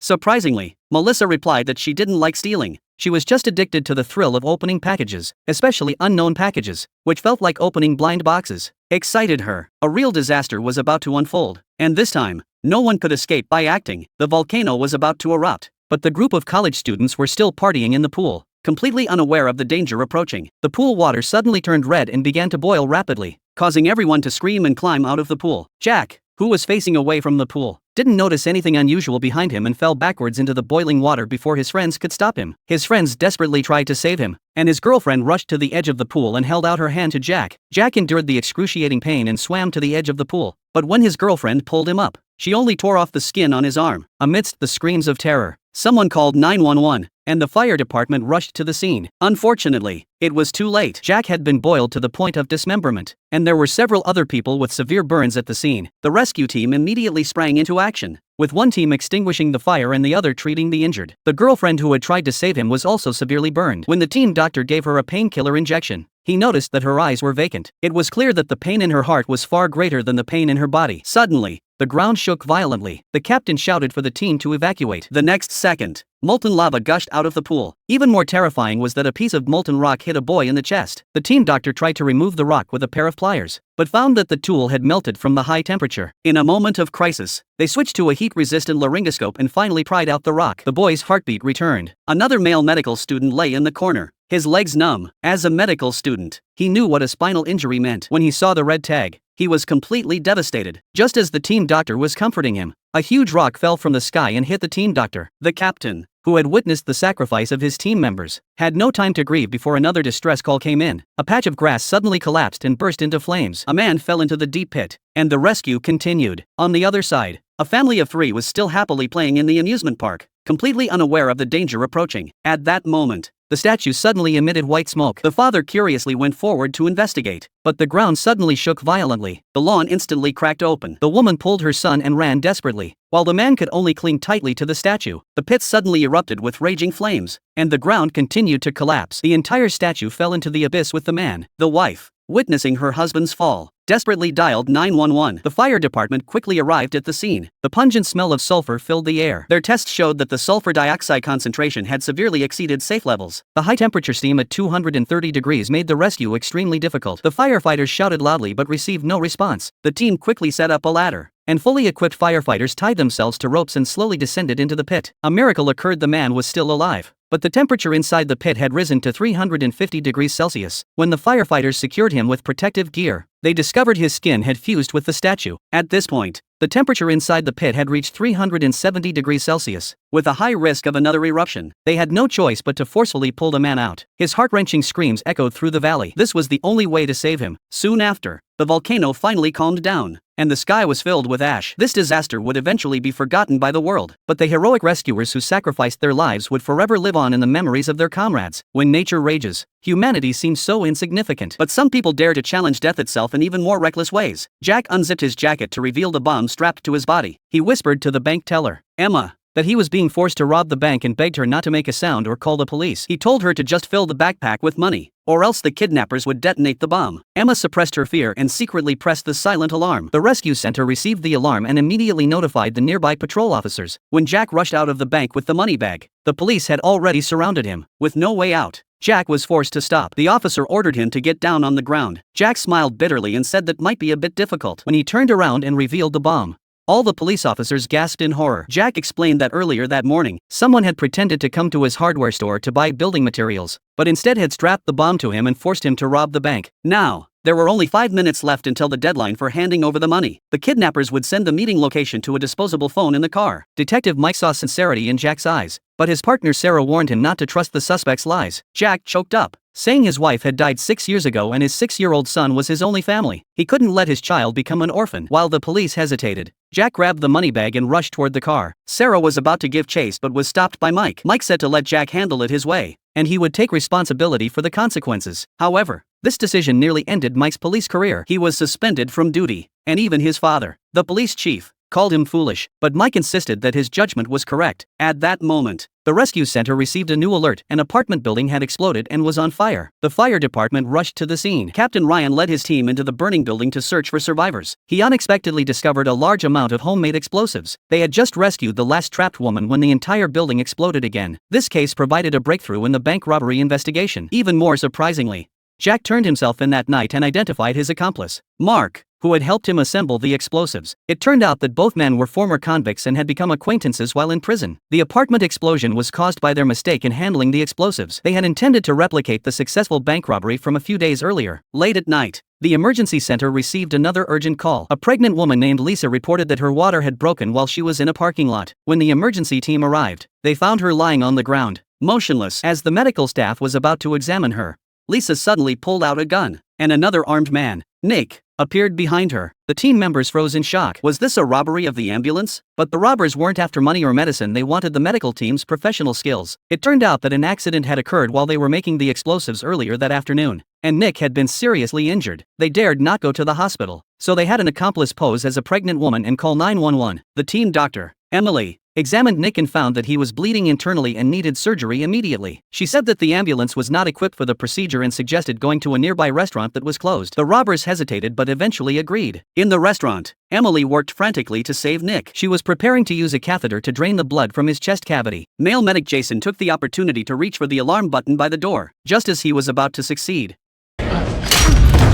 Nick suddenly regained consciousness and grabbed Emily by the throat. His teammates hurriedly explained that the doctor had saved him, and Nick finally let go. However, upon hearing that his accomplices had called an ambulance, he immediately shot and killed them without hesitation. The medical team was stunned by his cold-blooded actions. To ensure a safe retreat, the hostage-taker demanded to take a hostage. Captain Mark volunteered, claiming he could handle Nick's injuries at any time. The hostage-taker agreed, unaware that Mark had already devised an escape plan. At that moment, Mark took advantage of the hostage-taker's inattention and clenched a syringe in his hand. His teammate Emily gave him a nod. The two acted simultaneously. Emily delivered a sidekick, knocking down the female hostage-taker Lisa. Mark quickly injected the needle into Nick's neck, but he didn't expect Nick to have such strong resistance to the drug. Nick broke free and aimed the gun at Mark. Just as the situation was about to escalate, a gunshot rang out, but it was Nick who fell to the ground. It turned out that Fire Captain Ryan and Detective Mike had arrived in time. How did they find this place? It turned out that an hour earlier, Ryan had noticed that the emergency response team had lost contact, and the dispatch center couldn't locate the ambulance. He and Mike rushed to the parking lot, searched the area, and found the police badge Jason had deliberately left behind. They then found the robber's truck in the corner. Seeing the blood and bandages inside the car, Ryan immediately realized that the robbers had injured the medical team and taken them hostage. Ryan thought of the restaurant near Mark's house, so they rushed there and managed to save everyone. Seeing Nick on the brink of death, the medical team ultimately chose to save him. After all, saving lives was their duty. After this incident, Mike was cleared of all charges and reinstated to his position. The police chief, who had previously scolded him for being foolish, now patted his son on the shoulder and said, "Your instincts are spot on. I'm proud of you." That day, Emma had just turned off the lights and was getting ready to sleep when the smart camera suddenly emitted a strange sound. "Wake up, it's time to play." This mysterious person called Shadow had been harassing her through the camera late at night recently. At first, Emma was very scared, but the person kept sending her favorite limited edition dolls and records. Gradually, Emma began to chat with this invisible friend and even called him Mr. Secret. That day,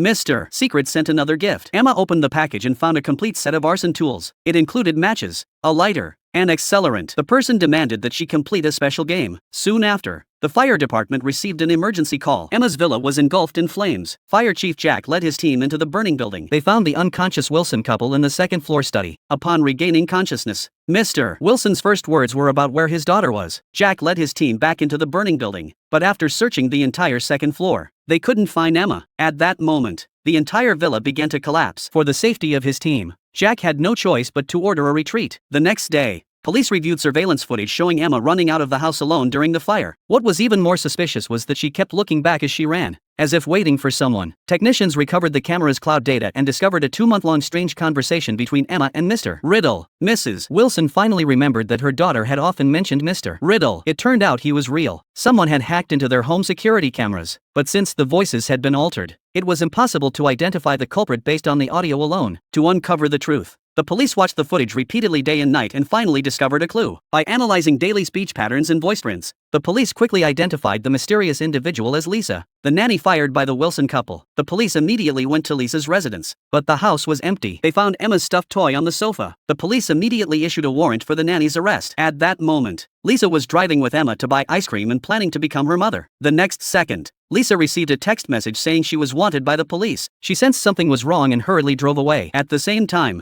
the fire captain, who was on a blind date, also received the wanted text message. He looked up and saw Lisa's car, so he jumped into his date's sports car and gave chase. With a stylish drift, the captain successfully blocked Lisa's car. Lisa immediately pulled out a knife, but in the next second, she was subdued by the captain with a single move. In the end, Emma safely returned to her parents' arms. This nanny who used smart devices to commit crimes paid the price for her perverted desire for control. But the real danger often lies in the most ordinary of everyday situations. A truck marked with a hazardous materials sign slowly drove into the gas station. Veteran driver Tom walked into the office with a list to check the cargo. He was shocked to discover that the company had mixed radioactive waste cobalt-60 with ordinary cargo to save on shipping costs. On the return trip, Tom, feeling uneasy, asked his partner to double-check the list but failed to notice that the tunnel ahead was under construction. In the chaos, the truck lost control, crashed through the guardrail, and plowed into the construction zone. The car following closely behind couldn't avoid it and collided with the truck, catching fire. Witnesses panicked and called the police, reporting that the truck was emitting strange white flames. The dispatcher immediately realized the severity of the situation and ordered an emergency evacuation of vehicles in the 3 surrounding blocks. Fire Chief Mike led a fully equipped special operations team to the scene. They discovered that this special flame could only be extinguished with liquid nitrogen. Mike immediately called headquarters to dispatch a liquid nitrogen fire truck for support. They first rescued the injured driver, but he suddenly went into cardiac arrest. The team quickly performed CPR. At the same time, Tom's condition was equally critical. His thigh was trapped by deformed steel plates. What was even more terrifying was that the flames inside the carriage were growing larger, and cobalt-60 began to leak, causing radiation levels to spike to alpha level. The chainsaw was ineffective against the thick steel plates. Tom,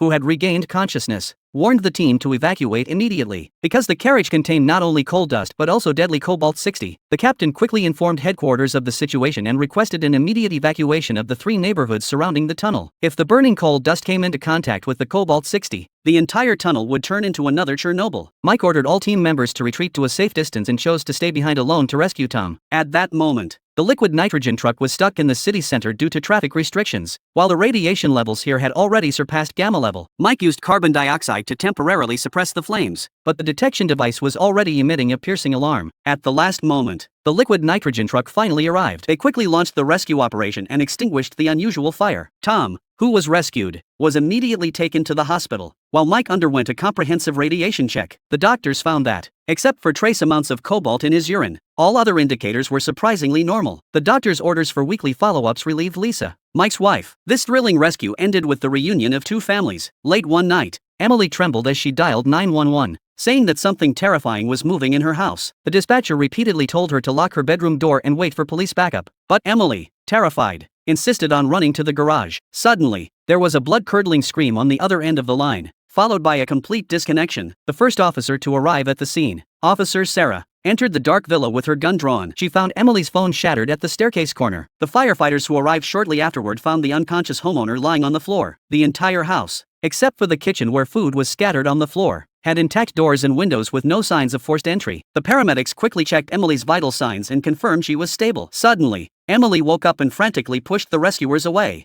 telling them to run. Sarah held her shoulders and demanded to know what she had seen. Firefighter Ryan put on a headlamp and cautiously investigated the kitchen area. The floor was littered with cereal boxes and overturned cookie jars. Suspicious scratching sounds came from the pantry. Ryan slowly pushed open the slightly ajar pantry door. The flashlight revealed a pair of innocent raccoon eyes. It turned out that the greedy little creature had slipped in through the pet door while searching for food and had accidentally encountered Emily, who was out late at night looking for food. The firefighters lured the raccoon into a rescue cage using snacks. Before leaving, they carefully sealed the pet door with wooden boards. This midnight commotion ended with a heartwarming rescue, and the greedy raccoon was released into the forest park. Still shaken from the ordeal, Emily had all the doors and windows reinforced the next day. To celebrate the upcoming Halloween, Mike put a large pumpkin on his head, but unexpectedly, the pumpkin was stuck as if it had been cursed. When the rescue team arrived at the scene, they had to hold back their laughter so hard that their faces were cramping. But saving Mike was urgent. With the pumpkin on his head, Mike could barely sit down without losing his balance. The captain ordered Buck to quickly fetch some lubricant. When the lubricant arrived, they thought the problem would be solved quickly, but when they tried to remove the pumpkin again,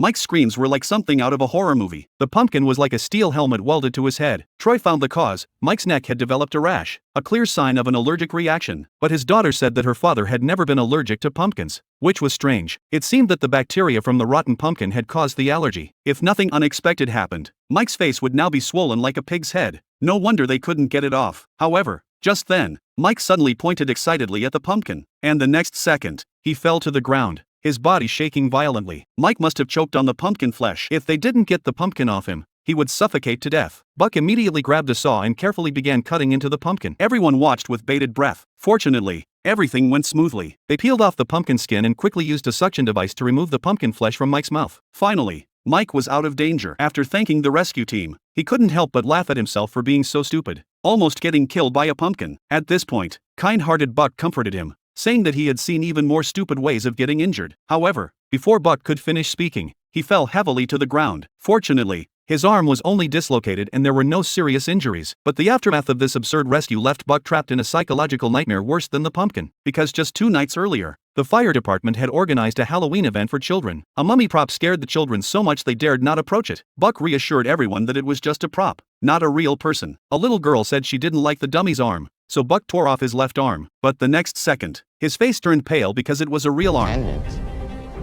Oh my God, he's real. He's real. The children were scared and ran away, which left Buck with a huge psychological shadow, because this mummy was borrowed from a Hollywood prop team, and it turned out to be a real human body. Buck now believes that his dislocated arm was caused by pulling off the corpse's left arm, cursing him with the corpse's curse. Buck investigated and discovered that the corpse had a very eventful history, having been borrowed by various places. It was first used in a grocery store, but the store was soon destroyed by a fire. It was then taken to an amusement park, but the park was soon destroyed by a hurricane. Finally, it was taken to a rodeo show, but not long after, the show was disrupted by a stampede. Buck said this with a straight face, and his friends were indeed amused by his story. Back home, Buck continued his online search and discovered that the mummified body had once been a bank robber. Due to the boils covering his skin, people had nicknamed him Billy Boils. Later, Billy's accomplices betrayed him to claim the reward money, tying him up and handing him over to the police. However, no one expected that Billy's 6 accomplices would all suddenly die violently. Doesn't this prove that Billy was someone not to be messed with? The next day, Buck found several boils on his face. Could he really have been cursed?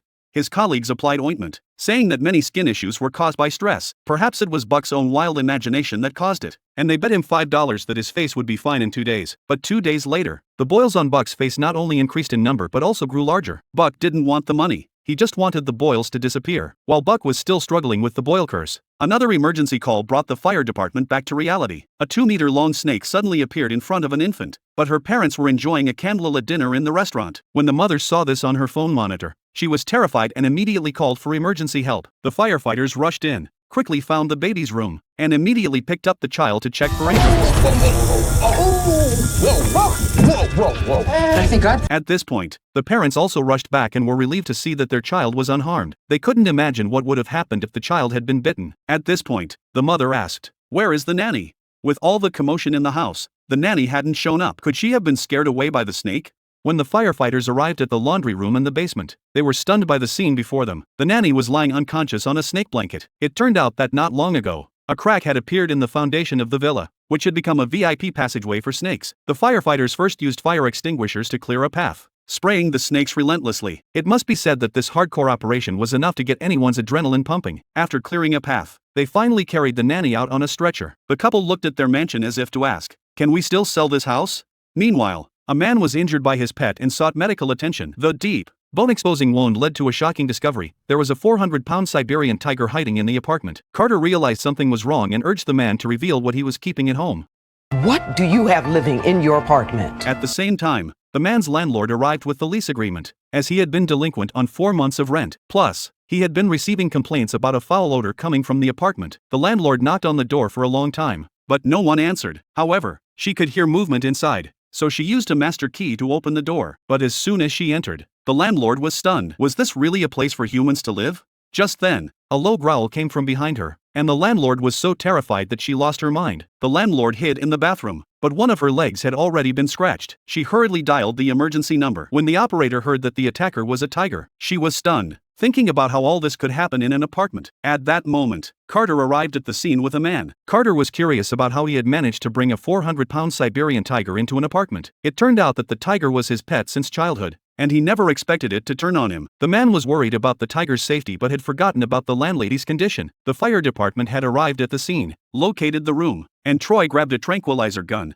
ready to act. However, the landlady's condition was critical. Although she had bandaged her wounds, she was losing a lot of blood and felt her body growing colder by the minute. Troy tied a rope to himself and slowly descended from the top floor to the 8th floor. But after looking at the window for a long time, he couldn't see the big cat anywhere. He wiped the window, and the tiger suddenly lunged at him. Troy calmed himself down and slowly pried open a crack in the window while the tiger was distracted. The landlady heard the noise and instinctively reached for the door handle. The dispatcher realized she was about to go into shock and notified the fire department to hurry up and take action. Troy raised the tranquilizer gun and aimed at the tiger. Just then, the landlady, who was already unconscious, opened the bathroom door. In a moment of desperation, Troy fired the tranquilizer dart. Just as the tiger was 2 steps away from the landlady, it finally collapsed to the ground. The others rushed into the room to rescue her. Even more amazingly, before losing consciousness, the landlady muttered, "No pets allowed." But Willett's rescue story didn't end there. An even more difficult decision awaited him. A dog was barking at 2 little girls, who were trapped on the roof of a car and dared not come down. When the fire department arrived, they found that the dog was covered in blood, but it was not injured. Did the dog bite someone?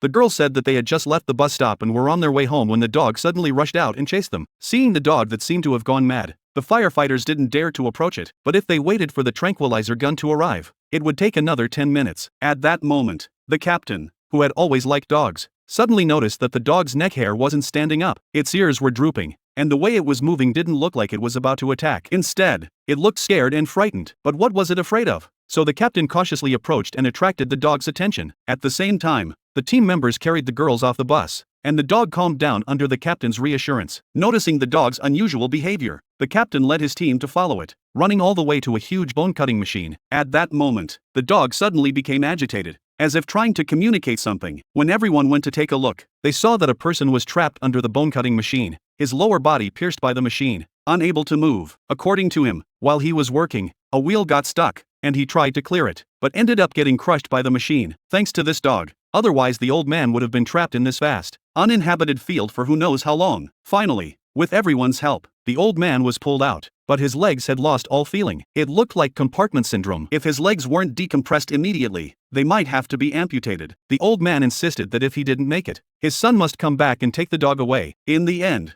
the old man's legs were saved, and the dog happily ran to its owner. But this was not the only bizarre rescue. What happened next was even more unexpected. A pair of twin brothers had an accident. The younger brother was choking on food and would soon suffocate. The older brother hurriedly called for emergency help, and the operator instructed him to perform CPR. Unexpectedly, the older brother said he couldn't do it because they were conjoined twins. The dispatcher finally understood and instructed the older brother to clear his brother's airway by inserting his fingers into his mouth and gently sweeping his throat with his fingers. The older brother followed the instructions, inserted his fingers into his brother's mouth, and soon felt something in his throat. When he pulled it out, it was a clump of peanut butter. The situation became even more critical, but the dispatcher remained calm. She instructed the older brother to look around for any hard objects, such as a chair or a handrail, as she needed them to perform abdominal thrusts. The older brother spotted the kitchen counter. He counted 1, 2, 3 inch aloud, and the two stood up together. However, the younger brother, struggling to breathe, grew weak and collapsed onto his brother after taking only a few steps. Unable to bear the weight, the older brother collapsed. Thinking his brother was dead, he couldn't help but cry out in grief. But the dispatcher told him that even if his brother had stopped breathing, he still had 3 minutes of golden rescue time. While the older brother was grieving,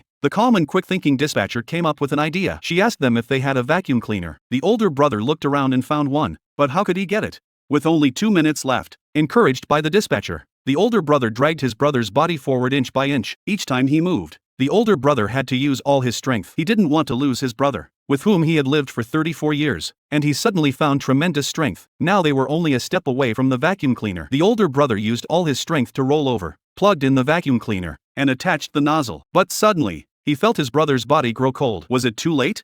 The dispatcher told him not to worry and to follow her instructions, slowly inserting the nozzle into his brother's mouth and turning the suction to maximum. Luckily, his brother survived. 34 years of conjoined life had allowed the brothers to unleash superhuman strength in the face of death, and the ordeal on their birthday finally allowed the brothers to resolve their differences. Just after this life-saving rescue, another race against time was underway. Emergency responder Willett arrived at the scene after receiving an emergency call but found that the victim, Jenny, had no vital signs. As they were preparing to handle the body, Jenny's sister burst in. She begged Willett to save Jenny's unborn child. Willett felt Jenny's abdomen and discovered that the fetus was still moving. He and his team immediately began performing CPR on Jenny to maintain blood flow to the fetus. However, after contacting the dispatch center, they were informed that the nearest doctor would take at least 20 minutes to arrive. Without medical assistance, the fetus risked suffocating from oxygen deprivation. Jenny pleaded with the paramedics to perform an emergency cesarean section, but Willett lacked the authority to perform such a procedure. Unauthorized medical intervention could result in the revocation of his license or even legal liability.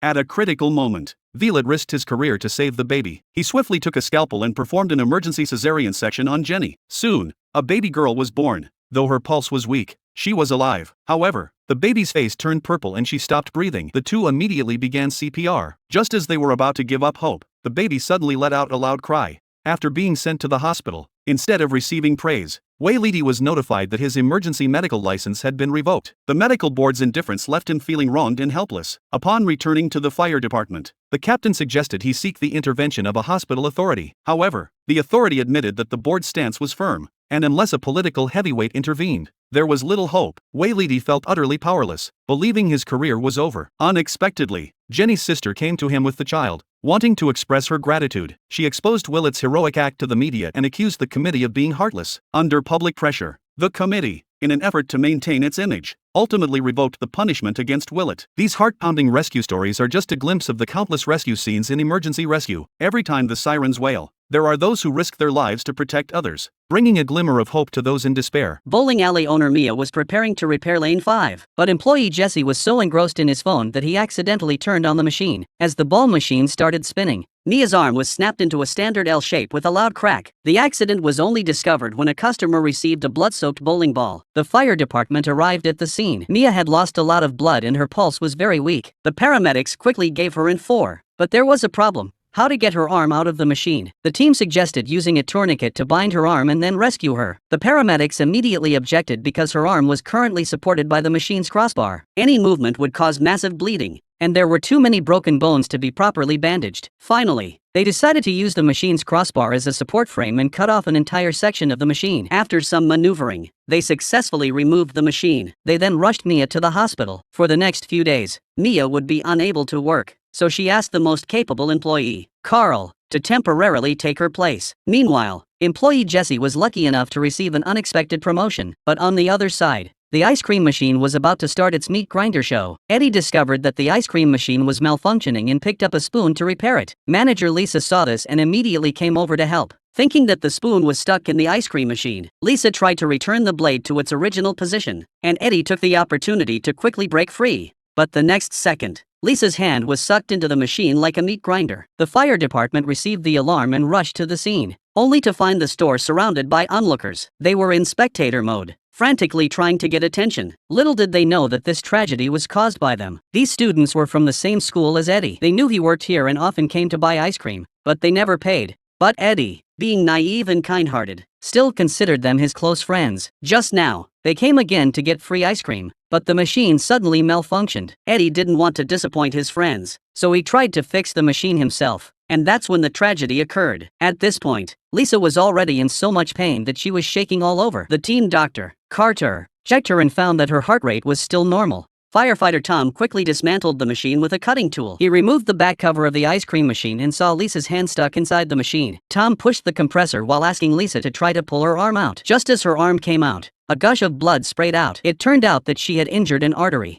The firefighters immediately carried Lisa to the stretcher and prepared to give her in 4, but they found that her veins had collapsed and the needle couldn't penetrate. Soon, she went into shock. With no other option, Carter used a power drill to drill through her bone and directly administer the 4 into the bone marrow. Moments later, Lisa's heartbeat finally resumed, and the firefighters rushed her to the hospital. After witnessing this, Eddie finally saw the true nature of his so-called friends. They were nothing but scum. At that moment, the scum Jason was discussing with his friends what title to give the video, Bloody Christmas or Arm Ice Cream. What he didn't know was that among the firefighters was a big online influencer named Sam, who had over 5 million followers. He had just filmed all of these scumbags' ugly faces and posted it online. In just half an hour, the video had already been viewed millions of times. He was going to let the internet punish these people. On the other side, the fire department dispatcher became a true master of decoding. The fire department received a strange call from someone who said they wanted to order a pizza. The quick-witted dispatcher immediately realized that the caller was in danger. She asked for the address and inquired if he was being held hostage. Lisa's silence confirmed the dispatcher's suspicions. It turned out that Lisa was being held captive by her boyfriend Jack, who had just assaulted her. After the attack, Jack said he was hungry and told Lisa to order takeout, which gave her the opportunity to call for help. She immediately dialed 911. Then she began to encrypt the call and pass information to the operator. First, she asked if a sausage pizza would be enough for 2 people. The operator instantly realized that there was only one person holding Lisa hostage. Then she revealed the name of the person who placed the order, which was her ex-husband Jack's name. The operator immediately recorded it and asked a colleague to look up Jack's information. Then the operator asked if he had a gun, and Lisa replied that she could add another sausage. At this point, her colleague had also found Jack's information. He had been convicted of 2 serious crimes of assault and had just been released on parole. It seemed that Lisa was in a very dangerous situation. The dispatcher told him that the rescue team would take 8 minutes to arrive and asked him to stall for time and stay on the line. But just then, Jack became extremely agitated because he was so hungry. Lisa could only explain that the restaurant was too busy and that she had to cancel the order and find another one. The operator realized Lisa's situation and told him to hold on for 2 more minutes, as the police were almost there. Just when everything seemed under control, Lisa's cries for help suddenly came through the phone. It turned out that Jack had discovered her and was choking her to death. Seeing this, the operator had no choice but to tell him that the police would be there in 2 minutes and that he couldn't escape. Then, to avoid any accidents, she began to calm Jack down and asked him what was bothering him, saying that maybe she could help him. After Jack finished speaking, the operator said, "When God closes a door, He opens a window. Sometimes you have to find joy in your faith. Jack thought this was meant for him, but Lisa understood the true meaning behind the words. The next second, he struggled to break free, ran straight to the balcony, and jumped down. It turned out that the firefighters had already laid out an airbag below. Lisa had heard the two key words in the previous sentence, window and moon. At the same time, the police broke down the door. With no place to escape, Jack had no choice but to raise his hands and surrender. And the next moment, the fire department was about to face their darkest hour. That day, the firefighters heard the words they feared most. It's been quiet today. It turned out that quiet was a taboo word for firefighters. It was a curse. The last time someone said that word, they had to respond to 38 calls in a single day. Sure enough, the next second, the alarm rang, reporting a traffic accident in the city. The firefighters rushed to the scene and discovered that the culprit behind the accident was none other than rapper Jack. He had stuck himself, completely naked, to a billboard, causing pedestrians to become distracted and cause the accident. It turned out that Jack had just released a new album, but it wasn't selling at all. So, to promote it, he came up with this bizarre idea. Since Jack had used tape to stick himself to the billboard, there was a constant risk of him falling. The firefighters immediately set up a ladder and climbed up to try to get Jack down,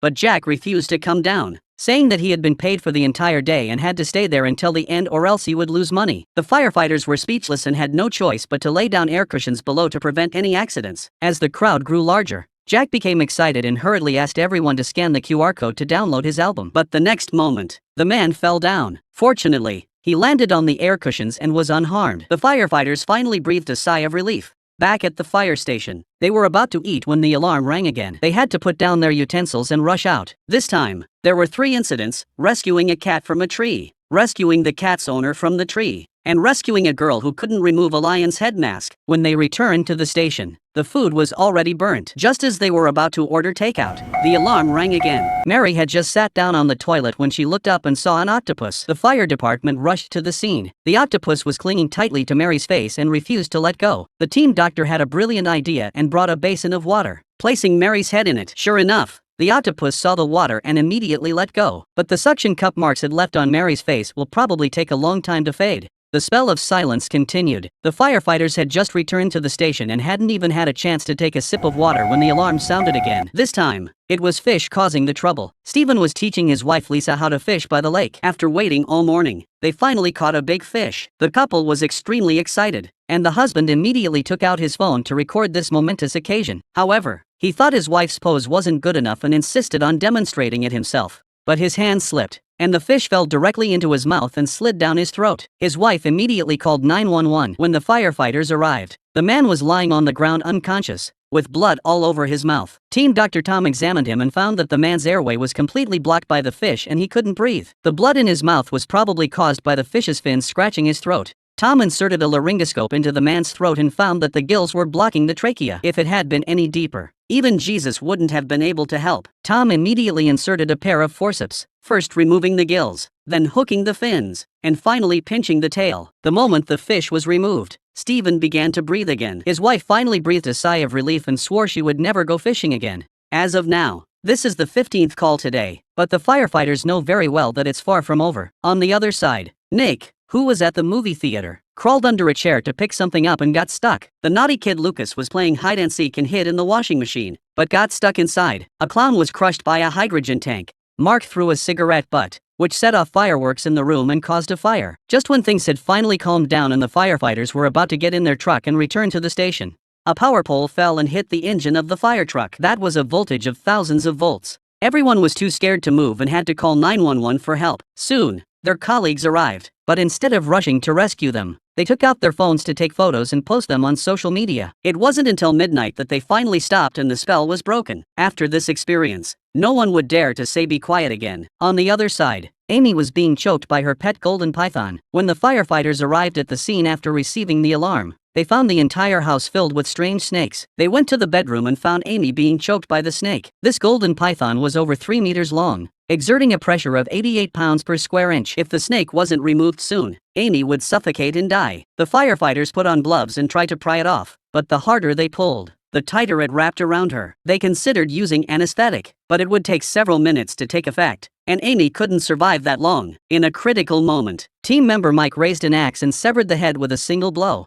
Amy finally survived, but she blamed the firefighters for killing her snake-shaped boyfriend. Mike said he would only save the prettiest one, which instantly changed Amy's attitude. Seeing Amy's ambiguous gaze, the other team members immediately understood and signaled to Mike to handle the situation. But just as they stepped outside, they received another strange call. The caller claimed to have been injured by a meteorite. Just moments ago, a meteorite fell from the sky, piercing through the roof and into Lisa's abdomen. The firefighters arrived at the scene and were stunned by what they saw. Lisa was surprised that she was still alive with a hole in her body and didn't even feel much pain. The firefighters examined Lisa and found that she had been hit in the kidney. The fact that she could move her feet meant that her spine had not been hit. The reason Lisa's vital signs were normal was because the thick blanket she was covered with had reduced the area of the wound and acted as a cauterizing agent to stop the bleeding when the meteorite passed through her body, while also numbing her nerves. When the firefighters looked under the sofa, they saw that the meteorite was still glowing. Unfortunately, Lisa's body had fused with the sofa. Now they had to use a chainsaw to cut the sofa apart and take Lisa to the hospital. Lisa couldn't figure out why, out of all the people on Earth, she was the one hit by the meteorite. However, she turned misfortune into fortune. After recovering, she used the title of the woman hit by a meteorite to become a big online celebrity.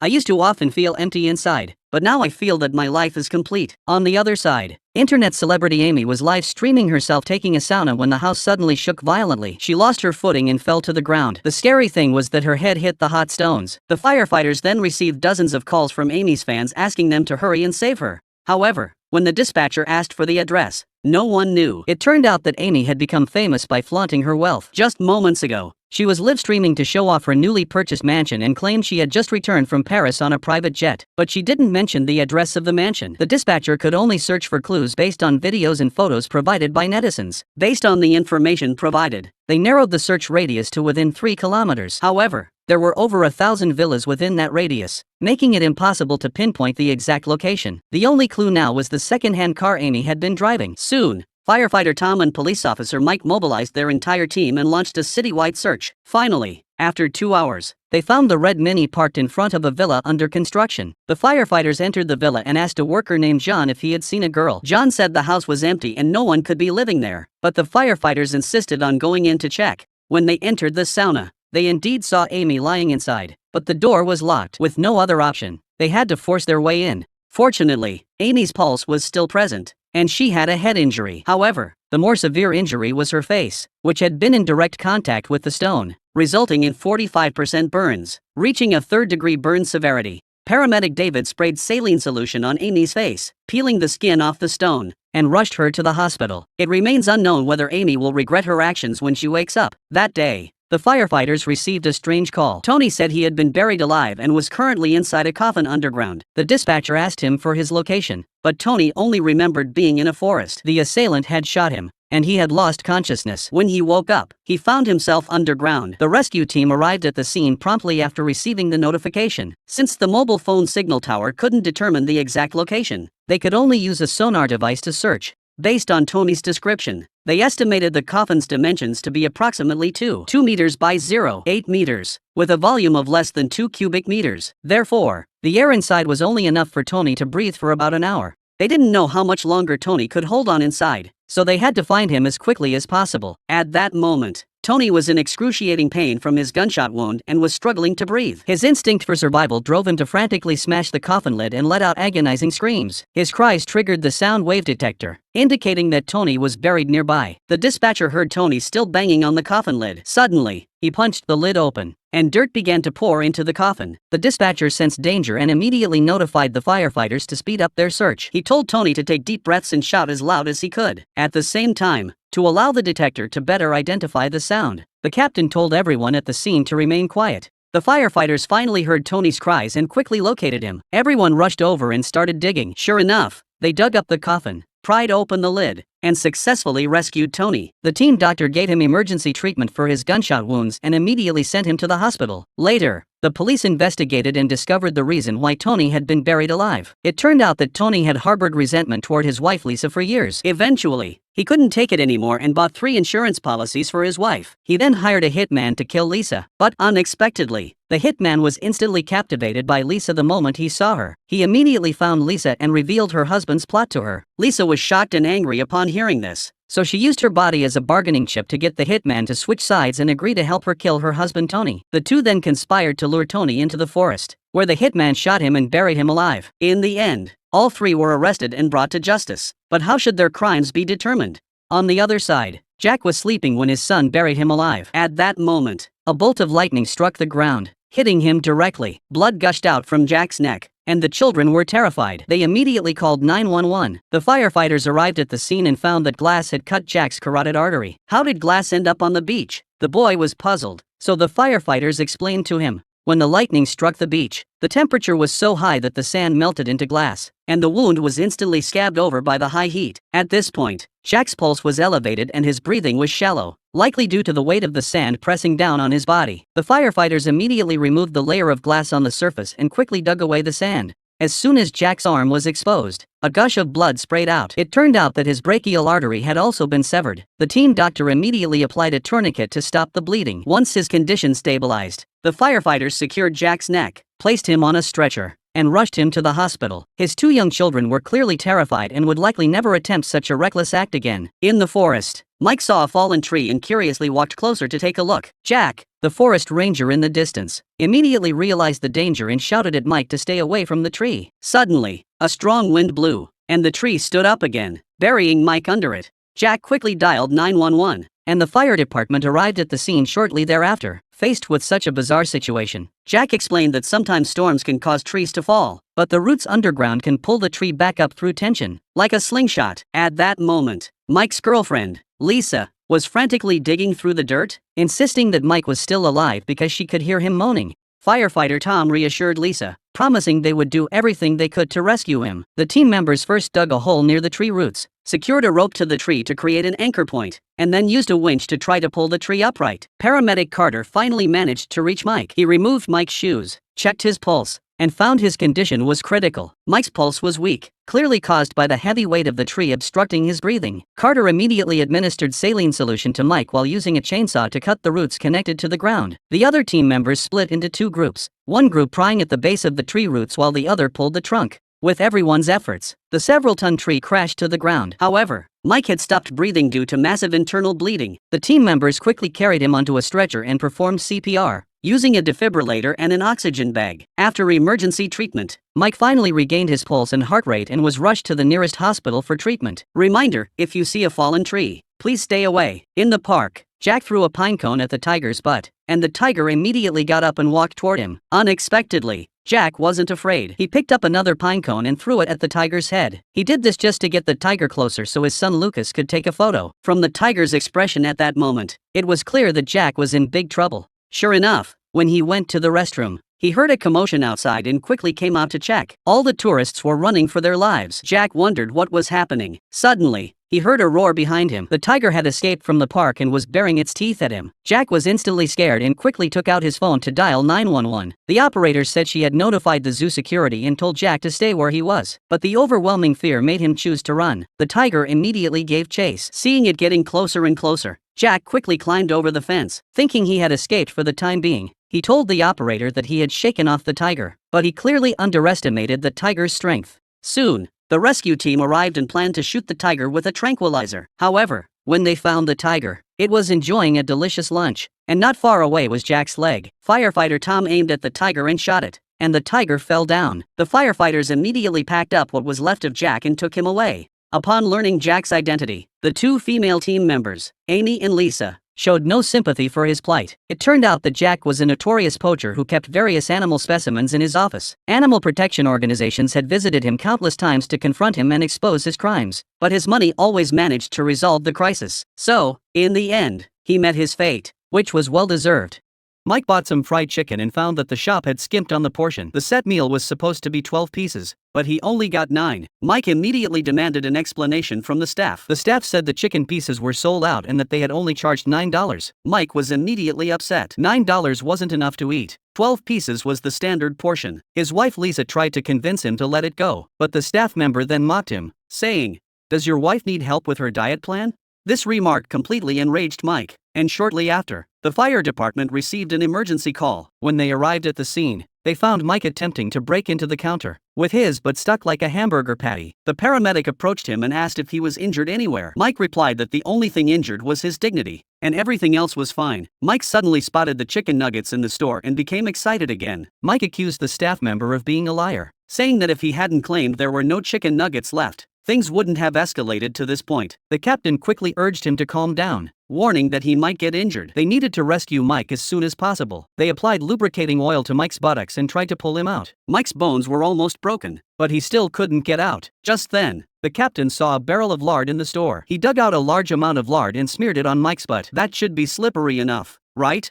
They tried again. It seems like the lard really worked. This scene caused the onlookers to burst into laughter. A bystander filmed the entire incident and uploaded it online with the title "The Greased Rescue." His son helplessly remarked that his dad was probably going to be trending again. It turned out that Mike had a temper and often did crazy things. In the end, the firefighters took Mike to the hospital for safety. But now, compared to the physical pain, Mike just wanted to find a hole to crawl into. Mike's temper had made him a laughingstock online. Meanwhile, another bizarre incident caused by emotional outbursts was unfolding in the office. Amy had just finished complaining about her colleague when her tongue suddenly started stretching endlessly, and now she couldn't retract it. Her best friend Lily, who was standing nearby, was terrified. Looking at the almond tea in front of her, she thought Amy was allergic to almonds and asked everyone present if anyone had an adrenaline injection pen. Luckily, someone had one. Lily frantically opened the injection pen and quickly jabbed it into Amy's thigh. But to her despair, Amy's tongue didn't shrink, it grew even larger at a visible speed. As Amy struggled to breathe, Lily finally remembered to call 911. The dispatcher told her that the nearest firefighters would arrive in 3 minutes. While waiting, the dispatcher asked Lily some questions to try to determine the cause of Amy's allergic reaction. Lily said that Amy had stayed up all night working overtime yesterday and then found out this morning that her crush, Jack, had gotten divorced, which made her extremely excited. The dispatcher ruled out an almond allergy after consulting some information and initially suspected hereditary angioedema. This condition causes facial swelling when under extreme stress or emotional distress. However,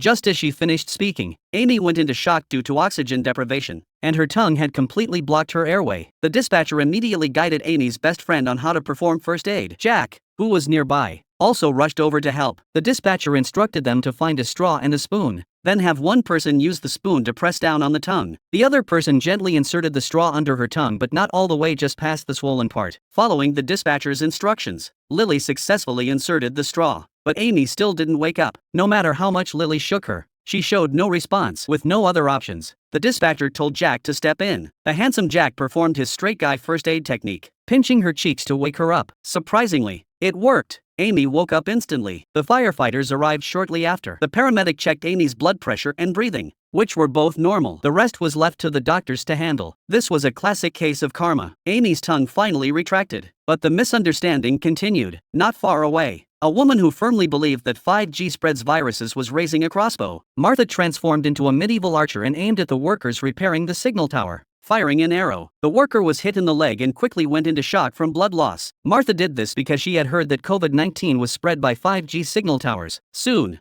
firefighters arrived at the scene. They saw the worker hanging from the signal tower and the blood dripping onto the ground. The medic realized the situation was critical and immediately began rescue efforts. He and the captain quickly donned protective gear and climbed to the top of the signal tower. After examining the worker, they discovered his leg was not just a superficial wound but a penetrating injury, as if pierced by an arrow. Just as the two were puzzled, Martha aimed at them again. The sudden attack caught them off guard, but fortunately, they were unharmed. The captain then realized the projectile was not a bullet but an arrow. Before they could recover, a second arrow struck. The team leader immediately ordered his men to locate the shooter. Martha showed no signs of stopping and continued firing wildly. Fortunately, both men dodged the arrows. Meanwhile, ground crew members quickly identified the shooter's location through observation and launched an arrest operation. At that moment, the worker was in critical condition due to severe blood loss. The medic risked being shot to apply a tourniquet to the wound. Little did they know that Martha had already aimed at them again. Just as the situation was about to reach a critical point, a voice suddenly shouted, "Stop!" from below. At the same time, several team members broke down the door and quickly subdued Martha. When asked why she attacked the workers, she said, "I was trying to stop the spread of the coronavirus." Martha's obsession was taken away by the police. While in another corner of the city, a boy was caught in an even more absurd situation because of a cinnamon-scented car. Noah had stuffed the toy car into his nostril but was too afraid to go to the hospital, so he hid on the roof. His father had no choice but to call 911. The captain dispatched the team's most handsome member, Jack, to communicate with the boy. Jack climbed up the ladder to the boy's side and found him covering his nose. It turned out he was embarrassed. Jack comforted him, saying, "It's okay. It's just a toy car. I used to stuff Oreos up my nose when I was a kid." The boy relaxed immediately. Jack wanted to laugh at the boy's appearance but managed to hold it in. He was curious about how the toy car had gotten stuck. The boy explained that the tires had a cinnamon scent, which he loved, so he kept sniffing it and eventually shoved it up his nose. Fortunately, the boy's airway wasn't completely blocked. Jack told him to come down with him, but before he could finish, the boy refused, saying that if he came down, his father would take him to the hospital. Jack finally figured out what the problem was. He promised the boy that if he came down with him, he wouldn't take him to the hospital. The boy finally agreed. After they went down, Jack told the boy to imagine the toy car as a big booger and blow it out with all his might. Obviously, this didn't work, so they had to go with plan B, use tweezers to pull it out. The boy asked Jack if it would hurt, and Jack swore it wouldn't. The firefighters behind him heard this and stepped forward to hold the boy's head steady. Jack then used the tweezers to grab the toy car and pulled it out. From the boy's screams, it was clear how much it hurt. Noah ran into his father's arms and scolded Jack. "Why did you lie?" Jack looked embarrassed and could only joke that he was a devil. However, just as they were about to leave, the fire station received another call. It was the boy's father again. The firefighters thought the boy had done it again. When they knocked on the door, they were stunned. It turned out that after the firefighters left, the father had been trying to figure out how such a large toy car could have fit into his son's tiny nostril. The father tried to reverse engineer it but ended up getting stuck himself, like Pinocchio. But who could have imagined that the sequel to this farce would be even more absurd than the original? Just as the father and son's farce came to an end, a cry for help came from the trash can. Someone paid the price of falling for love. Mike just threw away some trash but almost lost his life. It turned out that he and his girlfriend had just broken up. To avoid seeing things that reminded him of her, Mike threw their love tokens into the trash can. Little did he know that his girlfriend Sarah rushed over and said she wanted to keep the gift. Mike stuck his head into the trash can and saw that the bag hadn't fallen down but was stuck in a pizza box. Seeing Sarah's eager expression, Mike decided to retrieve the gift, but accidentally fell into the trash chute. Sarah quickly dialed 911. The firefighters quickly arrived at the scene and found Mike lying on the floor of the garbage compactor on the first floor after falling from the second floor. His body was stuck in the machine, his legs were cut, and his spine might have been injured. He had to be rescued as soon as possible. The property manager said that the compactor started once an hour, and once it started, Mike would be crushed to death. Fortunately, after receiving the news, the property management company cut off the power to the building immediately. However, just as the firefighters were preparing to rescue him, the compactor suddenly started up again. It turned out that the manager had forgotten that there was an emergency power supply in the building. As the machine's inner walls were getting closer and closer to Mike, the captain quickly pressed the emergency stop button, but unfortunately, the button fell off. In this critical moment, the captain told his team to quickly use pry bars to prop up the machine's inner walls. Surprisingly, this tactic worked, and the machine temporarily stopped compressing. Just as they were preparing to pull Mike out, the machine started again and the crowbar was also pushed out. The situation was extremely dangerous, and everyone was at a loss. But just then, the machine suddenly stopped. Everyone was puzzled, but the captain turned around and saw that one of the team members had pulled out the power plug. The captain suddenly realized what had happened, and they successfully rescued Mike and rushed him to the hospital. As they were leaving, Mike took out the broken gift and apologized to Sarah. Just as the firefighters thought their work for the day was finally over, another high-temperature disaster was brewing at the amusement park. Mike and Sarah reconciled, but fate had more tricks up its sleeve. Inside the portable toilet at the amusement park, Tom was experiencing a hot wind nightmare. Tom couldn't hold it in any longer and shoved the half-eaten ice cream into his girlfriend's hands before rushing to the nearest portable toilet. But as soon as he entered, a hot wind suddenly blew in from the sky. His girlfriend Lily's ice cream quickly melted, and the nearby balloons exploded from the heat. The amusement park visitors were instantly drenched in sweat, and Tom, who was using the toilet, was so hot he started taking off his clothes. He wanted to get out of the toilet quickly, but when he opened the door, his palm was burned by the door handle. He didn't know what was happening outside, but the rising temperature made him realize the danger. He screamed for help, but outside, chaos had erupted. The temperature continued to rise, and the wind grew stronger. Suddenly, the entire portable toilet was blown up by the wind and floated straight into the air. Tom experienced the darkest roller coaster ride of his life as he rolled around, covered in feces. When the toilet finally landed, he immediately called 911. He said he was trapped in a portable toilet, but it had been blown away by the wind. He didn't know where he was, and the door lock had melted and couldn't be opened. Suddenly, Tom noticed that the toilet was sinking, and water began to pour in, as the water level rose. Tom panicked. The dispatcher calmed him down and looked up information.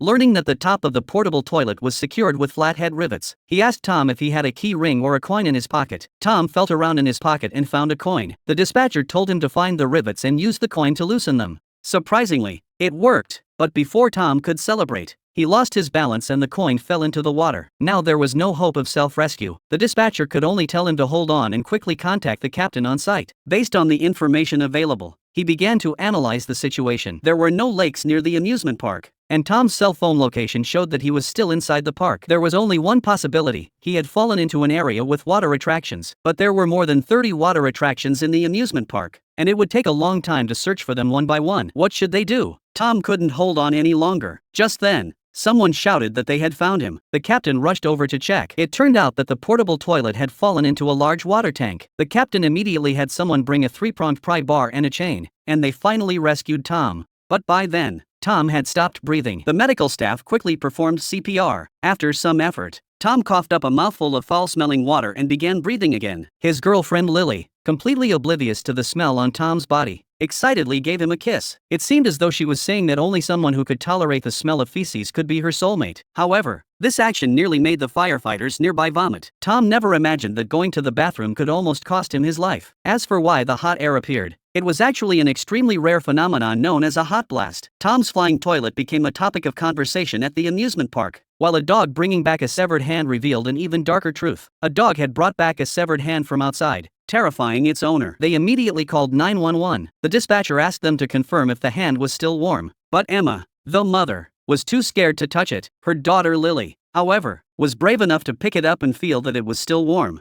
indicating that the hand had been severed recently and the owner must be nearby. Following the dispatcher's instructions, the father, John, placed the hand in a plastic bag, wrapped it in a towel, and put it in a cooler filled with ice. Soon, firefighters arrived at the scene. The paramedic examined the severed hand and found that the wound was rough, not like it had been cut off, but possibly blown off. At this point, the homeowner, Emma, mentioned that she had heard fireworks earlier and wondered if it could have been caused by fireworks. However, she didn't know which family had set them off. In order to find the victim as quickly as possible, the firefighters had no choice but to go door to door to ask. But after asking all the residents, everyone's hands were fine. Just then, a strange boy walked over, looking panicked, with one hand hidden in his clothes. Taking advantage of the firefighters' inattention, he picked up the cooler containing the severed hand and ran away. The firefighters immediately gave chase, but the boy panicked and fell to the ground. The firefighters then noticed that the boy had lost a finger. Faced with the firefighters' questions, the boy had no choice but to tell the truth. He said that he had been playing with fireworks with his friends when an accident occurred. His friend's hand was blown off, and he lost a finger. When he heard that his friend's severed hand was with the firefighters, he disregarded his own injuries and wanted to steal the severed hand and rush his friend to the hospital. The team doctor then found the boy's friend in the car. Sure enough, he had lost a hand and was unconscious. The team doctor immediately applied a tourniquet and prepared to give him a blood transfusion. Just then, the boy suddenly woke up and pulled a finger out of his pocket, repeating over and over that he had finally saved his finger. It must be said that these two really are close brothers. The only thing the firefighters couldn't understand was why he didn't call the police. The boy said that his mother was a member of the community committee and was responsible for cracking down on illegal fireworks. He really is a filial son. Just when the firefighters thought that everything was finally over, an even darker crime was coming to light. A Tesla car crashed and burst into flames. The firefighters rushed to the scene and quickly extinguished the fire. But due to the battery, the fire reignited several times. It took a lot of effort for the firefighters to completely extinguish the fire. Strangely, the driver was nowhere to be found. In the backseat was a severely injured man in a coma. The firefighters immediately rushed the man to the hospital. But on the way, paramedic Jack noticed something was wrong. The man's pupils were reacting normally, and there were no signs of a concussion. His respiratory system was functioning normally and had not been affected by smoke or dust. This indicated that the man had already been in a coma before the accident. Soon, paramedic Jack discovered a wound on the man's abdomen. The stitches indicated that he had just undergone a kidney transplant. He was unconscious because the anesthesia had not yet worn off. But which hospital would allow a patient who had just undergone surgery to wander around? Just then, the man woke up. When they arrived at the hospital and Jack was communicating with the hospital staff, the man took the opportunity to knock out the firefighters and escape. Why did he run away? Paramedic Jack then found the police to investigate the man's information. Paramedic Jack said that based on the condition of the wound, The surgery had been performed no more than 3 hours earlier. They investigated all the hospitals near the accident site and found no record of this man among all the patients who had recently undergone kidney transplants. This means that he did not undergo the surgery through official channels, but rather through an underground operation. So the question is, where did he get the kidney? On the other side, the girl woke up to find that one of her kidneys was missing. She told the firefighters that she had met a man named Mike on a dating website. After chatting for a few days, they decided to meet. They agreed to meet at a bar. After taking a sip of her drink, the girl quickly lost consciousness. When she woke up again, she found herself lying in a bathtub filled with ice in a hotel room. It was clear that she had been deceived, and that Mike was part of an organ trafficking ring. But surprisingly, the police didn't believe the girl was a victim and thought she had voluntarily sold her kidney. This was because the police found an envelope containing $1,500 on the bedside table in the hotel room. As a result, the girl faces imprisonment for suspected illegal organ trafficking. This made Grace, the fire department dispatcher, very angry. She believed the girl was definitely a victim, but because of her skin color. Otherwise, this would have been headline news, and the police would have been hunting down the criminals. Grace decided to help her fellow countrymen, even if it meant using herself as bait to catch the criminals. She registered on a dating website under a false identity and waited for the fish to take the bait. At the same time, the police tracked down the man who had fled from the hospital and quickly located his home. Upon entering, they found the man in critical condition, with a high fever and septic shock. It turned out he was experiencing a rejection reaction. The police immediately rushed him to the hospital. After emergency treatment, he finally stabilized. When the man regained consciousness, the police asked him about the origin of his kidneys, but he refused to speak. Illegal organ trafficking carries a maximum sentence of 5 years in prison. However, if he revealed information about his suppliers, he risked being hunted down. At this point, the police informed him that the girl whose kidneys had been stolen, the owner of the kidneys now in the man's body, had died earlier that morning from an infected wound. The girl was only 21 years old. The man was shocked upon hearing this, as the upper-level trafficker had told him that the girl had voluntarily sold the kidney for 60,000 yuan. Clearly, she had been deceived. Upon learning the truth, the man felt immense guilt. He immediately provided the police with all the information he knew, stating that the surgery had been performed at a dental clinic. Soon, the police surrounded the clinic. The dentist inside was preparing for another round of transplant surgery, but there was only one patient on the 2 operating tables, indicating that the kidney had not yet arrived. The police immediately arrested the dentist. At the same time, Grace received a message from a man named Mike, who had been the one who had contacted her earlier. He invited her to meet him at a bar in 20 minutes. The fish had finally taken the bait. Grace didn't want to miss this opportunity and decided to take the risk alone. To ensure everything went smoothly, she informed the police of the meeting time and location before leaving. Mike soon arrived at the bar and ordered 2 drinks. He then deliberately spilled his drink, asking Grace to get a tissue, and took the opportunity to slip a pill into her drink before clinking glasses with her. To avoid suspicion, Grace had no choice but to take a sip. Before they could say much, Mike demanded to go to a hotel. Seeing that the police hadn't arrived yet, Grace used the bathroom as an excuse to stall for time. Once inside, she immediately pulled out her phone to call the police, but Mike suddenly walked in. Seeing that there was no way out, Grace warned him that the police were on their way and pulled out her keys for self-defense. But the next second, Mike felt dizzy and collapsed on the ground, unconscious. At the same time, the police finally arrived and quickly handcuffed Mike. But the police couldn't understand why Mike had fainted. It turned out that while Grace was handing him a tissue, she had secretly switched Mike's drink, so Mike had drunk the drugged drink. At this point, one couldn't help but admire Grace's wit and courage. But compared to the organ trafficking conspiracy, the natural disaster that followed was even more shocking. On the other side, in central Texas, the sky suddenly began to rain frogs in a frog bomb pattern. A man was so terrified by the scene that he immediately called 911. Just as he was speaking, a frog fell from the sky, landing directly in the man's mouth and blocking his throat. Firefighters rushed to the scene. The sky was eerily green, and it was raining frogs. The ground was covered with frogs. The firefighters were shocked by the scene. They knew there was a storm, but where did the frogs come from?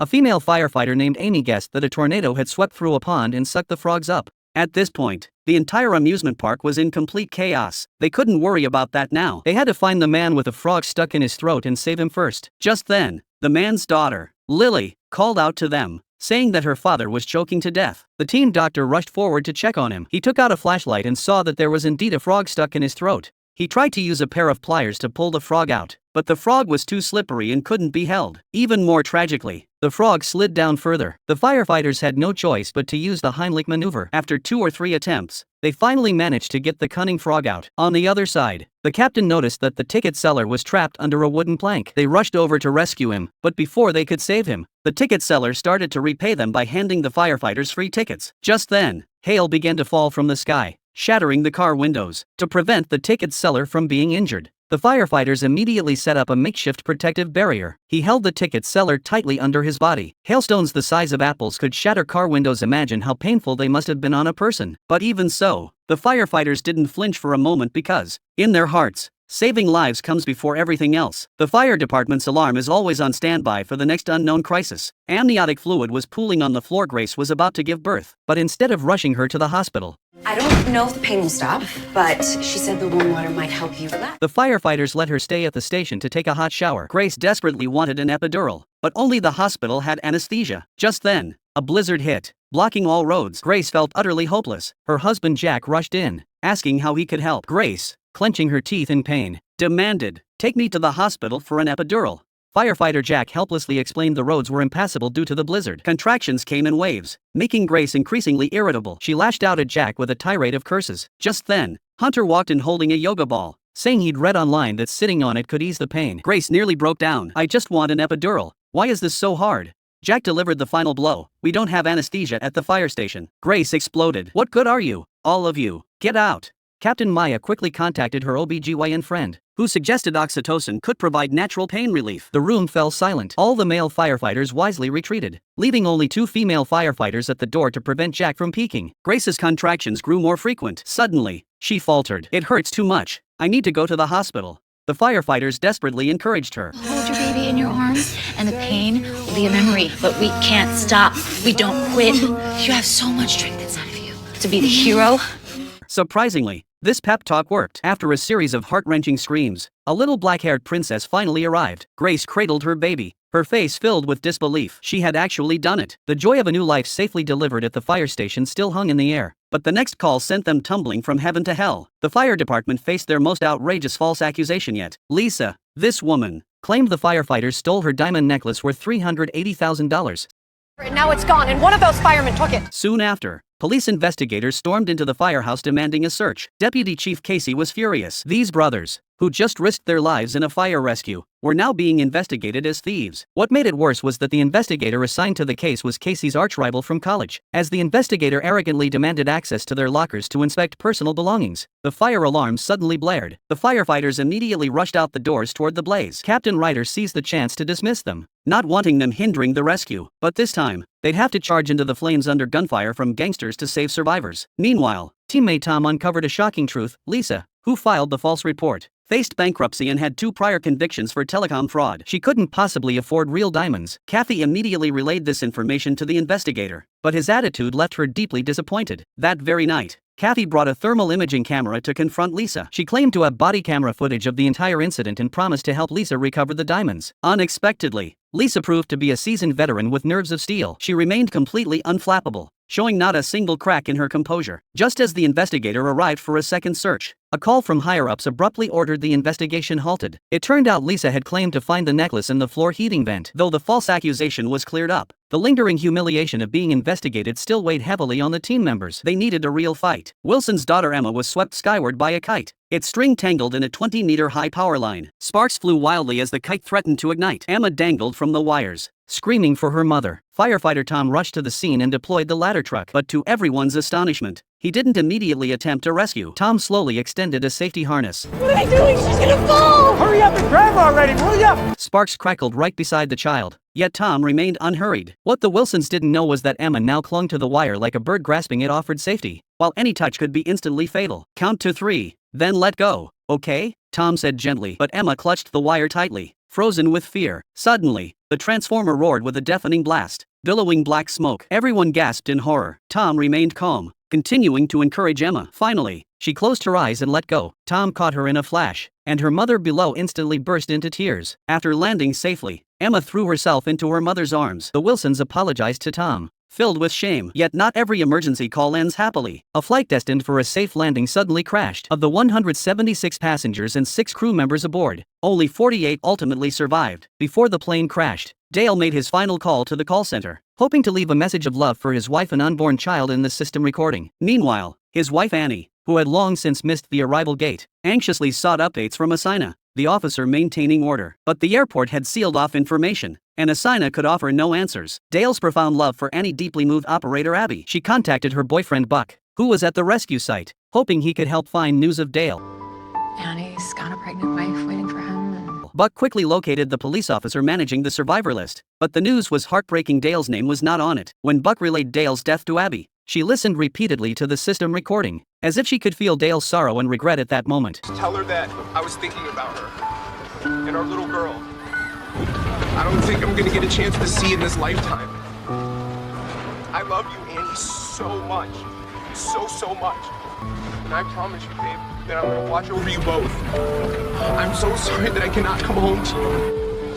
Abby intended to mail the recording to Anne, but Anne insisted on coming to the call center to hear it herself, to feel her husband's final message, and fought back tears as she listened to her husband's final words. When his voice played, all the memories flooded back, and she could almost feel his despair at that moment. At that instant, she could no longer hold back the courage she had been forcing, and she instantly broke down. A heavy sadness permeated the entire rescue system. To lift everyone's spirits, the captain decided to organize a team-building picnic. Suddenly, a massive black bear charged out of the woods. Lisa immediately dropped to the ground, playing dead. But the other team members all raised their hands in surrender. This move left Lisa utterly dumbfounded. Even more astonishingly, the bear stared at them for a moment before actually turning and walking away. But don't mistake this bear for a gentle creature. Just half an hour earlier, the beast had mauled a couple to a bloody pulp. Just as the fire department's team building began, a woman's heart-wrenching screams pierced the air. Arriving at the scene, everyone was stunned. The woman's arms bore deep, bone-exposing claw marks. Her husband lay on the ground, barely clinging to life. The most horrifying sight was his missing nose. The team immediately split up. Some called for an ambulance, others tended to the bleeding victims. Andy led a few to search for the missing nose. Instead of finding the nose, they discovered a cub in the bushes. This was bad news if the cub was here. Its parents were surely nearby. Sure enough,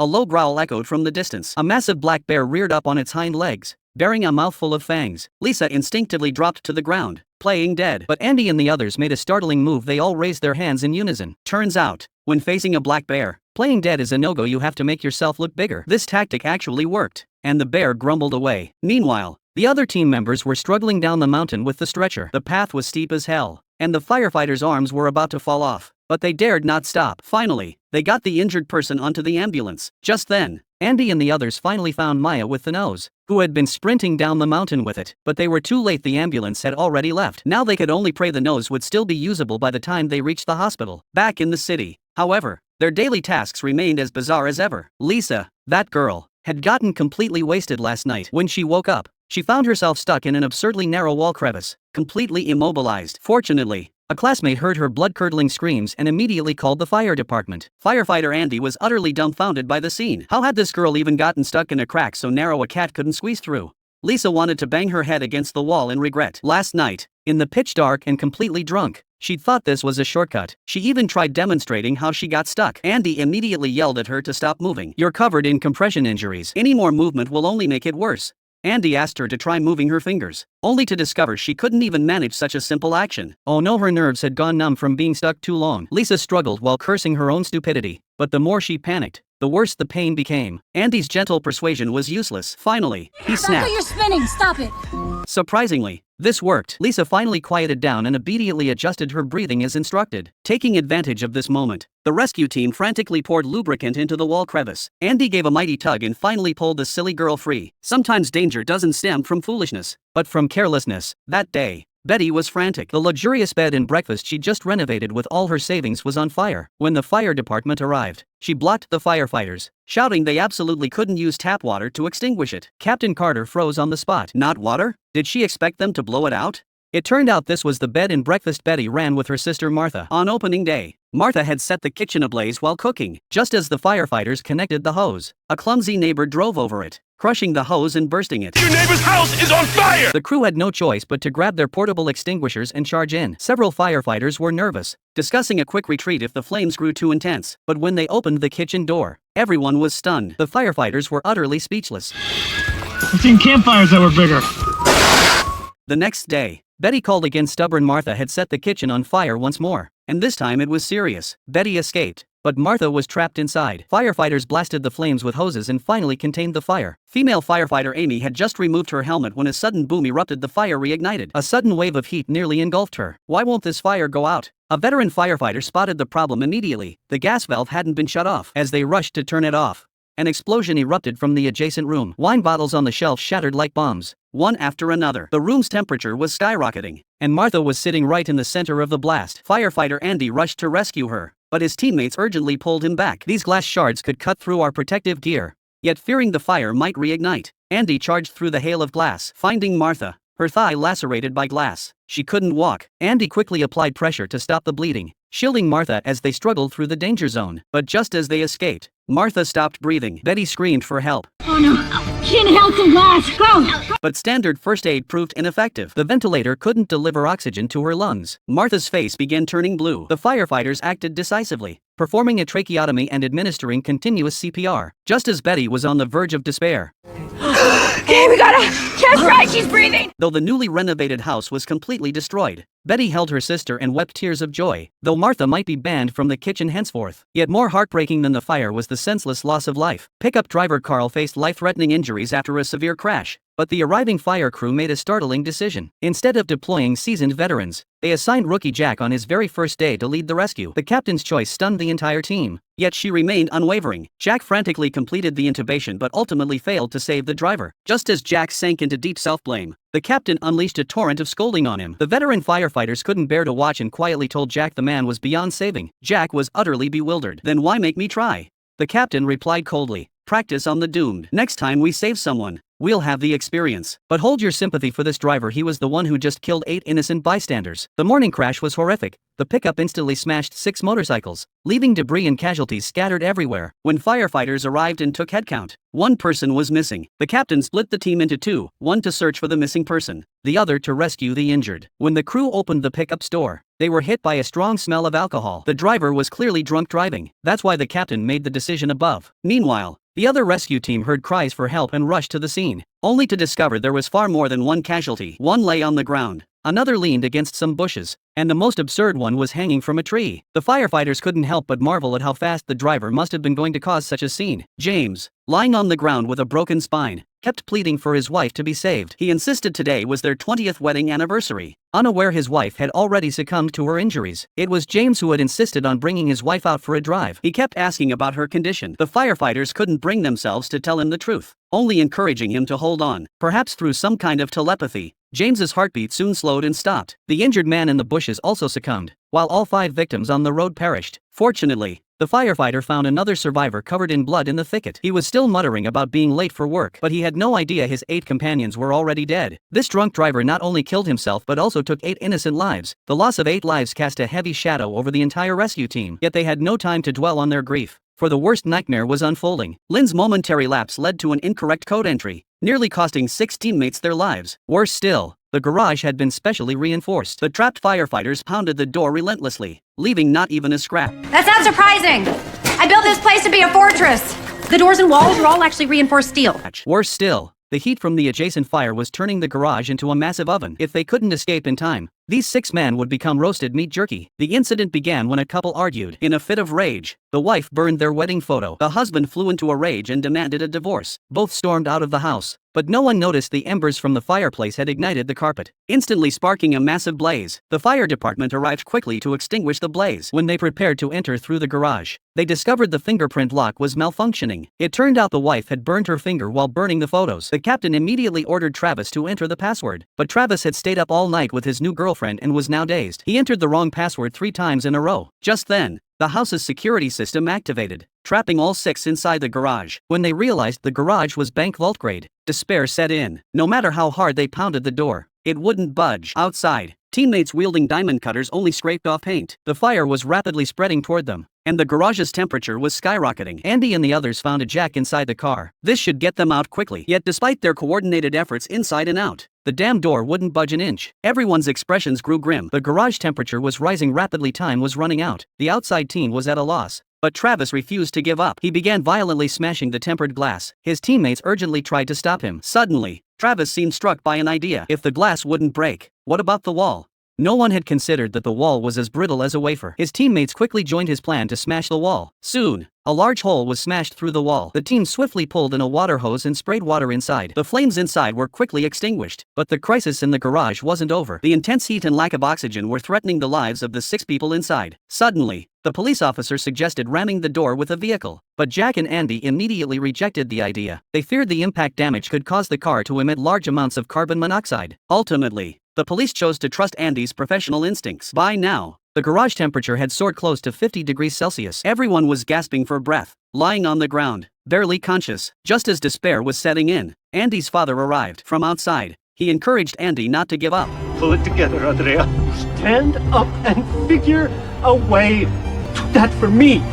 Teammate Maya also approached to encourage Andy, who had always been the pride of the team. Andy always found solutions in dire straits. Now, she noticed the water heater in the corner and conceived a daring plan. Andy decided to take a gamble. She would convert the water heater into a projectile. Though fraught with danger and uncertainty, they had no other choice. They dismantled the water heater and laid it flat on the ground. Then, they siphoned gasoline from the car, creating a makeshift detonation device. After lighting the fuse, Andy hid behind the car. Maya, however, spotted a loose pressure relief valve that could injure people after the explosion. With a deafening boom, the water heater blasted open the garage door. Rescuers rushed in to save everyone. All were safe, including Maya, who luckily only suffered minor injuries. Andy's father rushed in and embraced his daughter tightly. This harrowing rescue operation finally concluded with everyone saved. And just as they were catching their breath, a romantic rescue mission awaited. This time, love proved to be the best medicine. Emma was walking down the road when she was suddenly swallowed whole by a manhole-sized sinkhole. Even more terrifying, a massive truck was barreling straight toward her. At this critical moment, firefighter Lucy leaped forward, shielding Emma with her own body. The truck swerved at the last second, and both narrowly escaped death. Teammates who arrived on the scene were so shaken their legs went weak. As the team prepared to pull her out,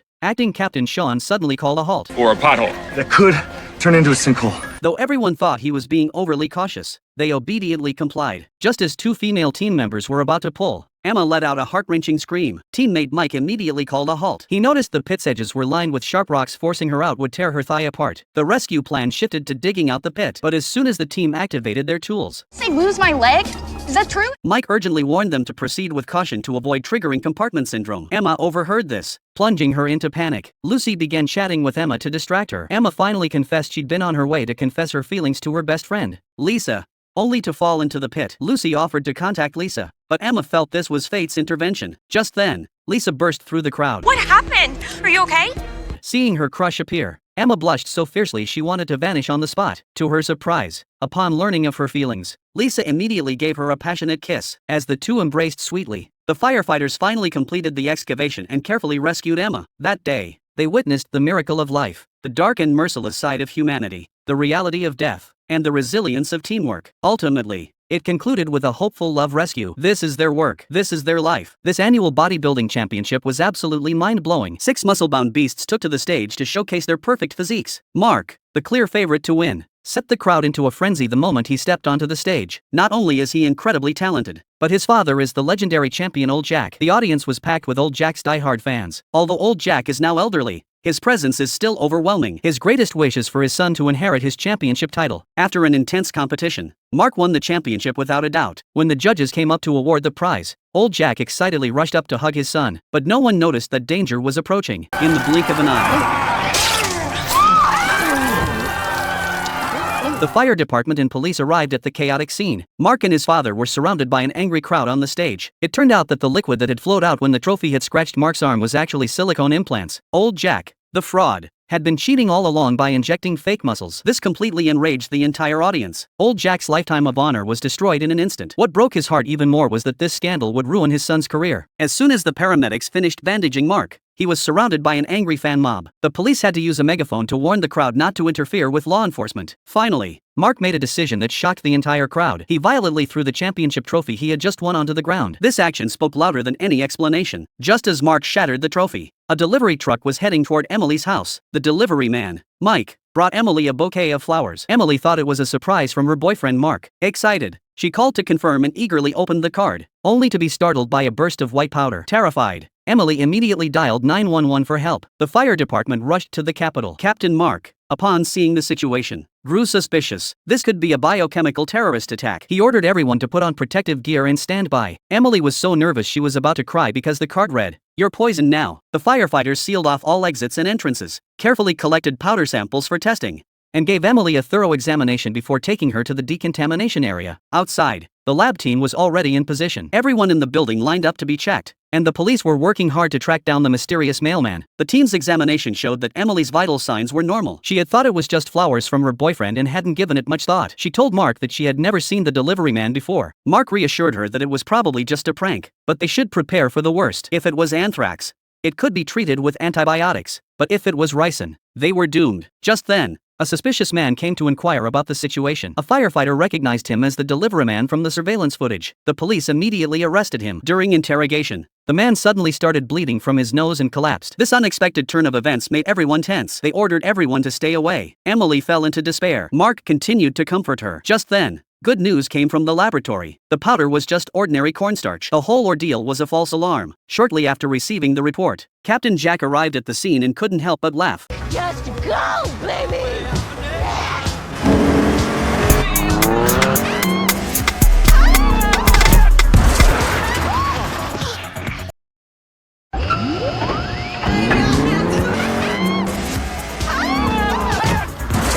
It was the same couple from last time. The two were buried in cow dung, with only their heads sticking out. The sight was utterly ridiculous. Firefighter Emma finally had the chance to teach that ungrateful couple a lesson. It all started a month ago when the fire department received a call from Judy reporting that her house had been burglarized. When the operator asked for the address, the woman couldn't provide clear directions. It turned out they were living in a mobile home. This was the only property she and her husband Carl owned, and the couple was in the midst of a divorce. Carl had taken the house while she was asleep and was now towing it away. After locating the house, the police immediately dispatched a fire department to assist. At the time, Carl was speeding at 100 miles per hour, towing the house, and was at risk of crashing and killing himself, but he refused to stop. Female firefighter Mary broke the window from a helicopter to rescue them, but Judy's first reaction was to demand compensation for the broken window. Mary warned that there was a 4.5-meter height restriction bridge 1 kilometer ahead and the entire house would be crushed into pieces. Judy refused to leave her property and wouldn't move until Mary said they only had 60 seconds to live. The two were finally pulled out by the helicopter. The tow truck eventually crashed into the overpass and was completely wrecked. Everyone thought the farce was over, but a few days later, Judy sued Mary. Her reason wasn't for the rescue damages, it was because Mary called her a crazy woman. This bizarre couple demanded Mary publicly apologize and use her 500,000 follower account to help them crowdfund 750,000, or else they'd get her fired. After being forced to compromise, Mary's conscience wouldn't let her rest, so she posted a video to confront them head on. "I shouldn't have called you a crazy woman. I should have called you a greedy opportunist. From now on, I'm done with this." Although the captain thought Mary was too impulsive, he still insisted on keeping her on the job. The couple managed to raise 500,000 yuan through Mary's fundraising, but instead of buying a house, they bought a sports car. Unfortunately, they were immediately met with karma. Emma's good intentions nearly got her suspended, leaving the entire fire department fuming. Back to the present. The team doctor, David, checked them and said their vital signs were normal. David then turned around and dumped the mess on the fire department to handle. Jack walked over slowly, deliberately making them soak in the cow dung hot spring longer. Lisa was almost fainting from the smell. She said she had already tasted the cow dung. Johnson was still stubborn, threatening to complain about the fire department's inadequate rescue efforts. Jack sneered inwardly. Even in this state, he was still so arrogant. He explained seriously that they couldn't just pull it out directly. Cow dung weighs between 1,200 and 1,800 pounds per cubic foot. Forcing them out by their arms could risk tearing their limbs. Lisa heard that the rescue would take 2 or 3 hours and broke down crying on the spot. Jack pretended to be kind and suggested, "Why don't I get you some gas masks?" The couple nodded eagerly, but Jack quickly changed the subject, saying it needed approval from equipment manager Emma. At that moment, Emma walked over with a stiff gait, mimicking their earlier expressions. She laid out 2 conditions. First, no complaints, and second, a public apology. Finally, she dropped a harsh warning. "Remember this lesson. Learn to be a decent person before asking for help." Even the cow dung couldn't stand it. These ungrateful ingrates clearly needed to learn some basic decency. Otherwise, who knows when they'd end up in a dung heap themselves. That day, Jack and animal trainer Tom were leading a raging bull out of the truck at the suburban farm. This wasn't an ordinary bull, it was Death Benny, weighing a ton, whose sharp horns had injured 99 people. Suddenly, a red BMW backed up and knocked over a fruit stand. The splash of red directly triggered Benny's nerves. Before the onlookers could react, they were knocked flying. Benny went berserk and charged forward, flipping the red BMW onto its roof. Aunt Lisa was gored by the bull's horns and fell to the ground, unable to move. Old John had just gotten out of the car when Benny collided with him head-on, sending him flying. When the rescue team arrived, the The scene was horrific, but the culprit,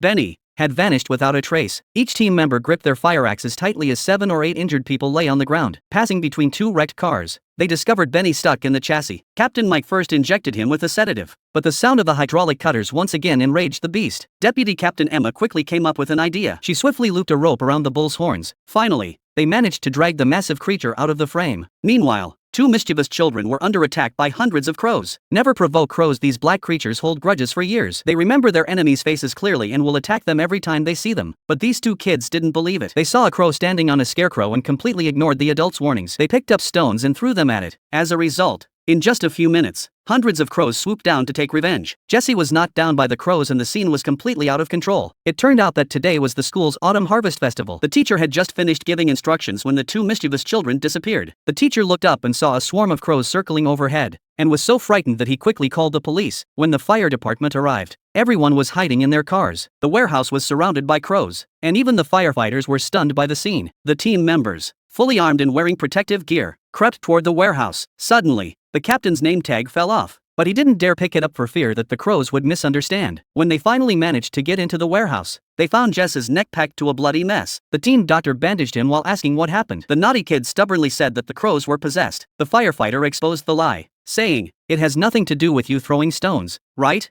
The female medic warned them that the crows not only hold grudges but also recognize faces. The ones outside are waiting for these 2 troublemakers to come out. The only way to escape now is to disguise Jess by wrapping his entire face in bandages. Another person put on a firefighter's uniform, and everyone was instructed not to make eye contact with the crows. During the evacuation, they were blocked by a crow. The team leader cleverly threw out a oat bar to attract its attention, and everyone finally escaped. On the other side, the rescue mission had just been completed when an ATM in Corpus Christi suddenly started spitting out something more terrifying than money. That day, Jessica went to an ATM to withdraw money, but the machine spit out a note asking for help. She thought it was a prank and threw the note into the trash can. Then Mike came to withdraw money and found another note that read, "Help me." Faint cries for help could be heard coming from inside the machine. Mike thought it was a prank by a TV station and angrily shouted at the air, "Did you guys get permission to film me?" He then tore the note into pieces in anger. Soon after, Emma came to withdraw money, but the machine was stuck and wouldn't dispense the cash. Then a third note appeared, reading, "Don't call 911 if you want your money." Emma had no choice but to call the police and say she couldn't withdraw money. The operator was speechless and said she should contact the bank. Why call 911?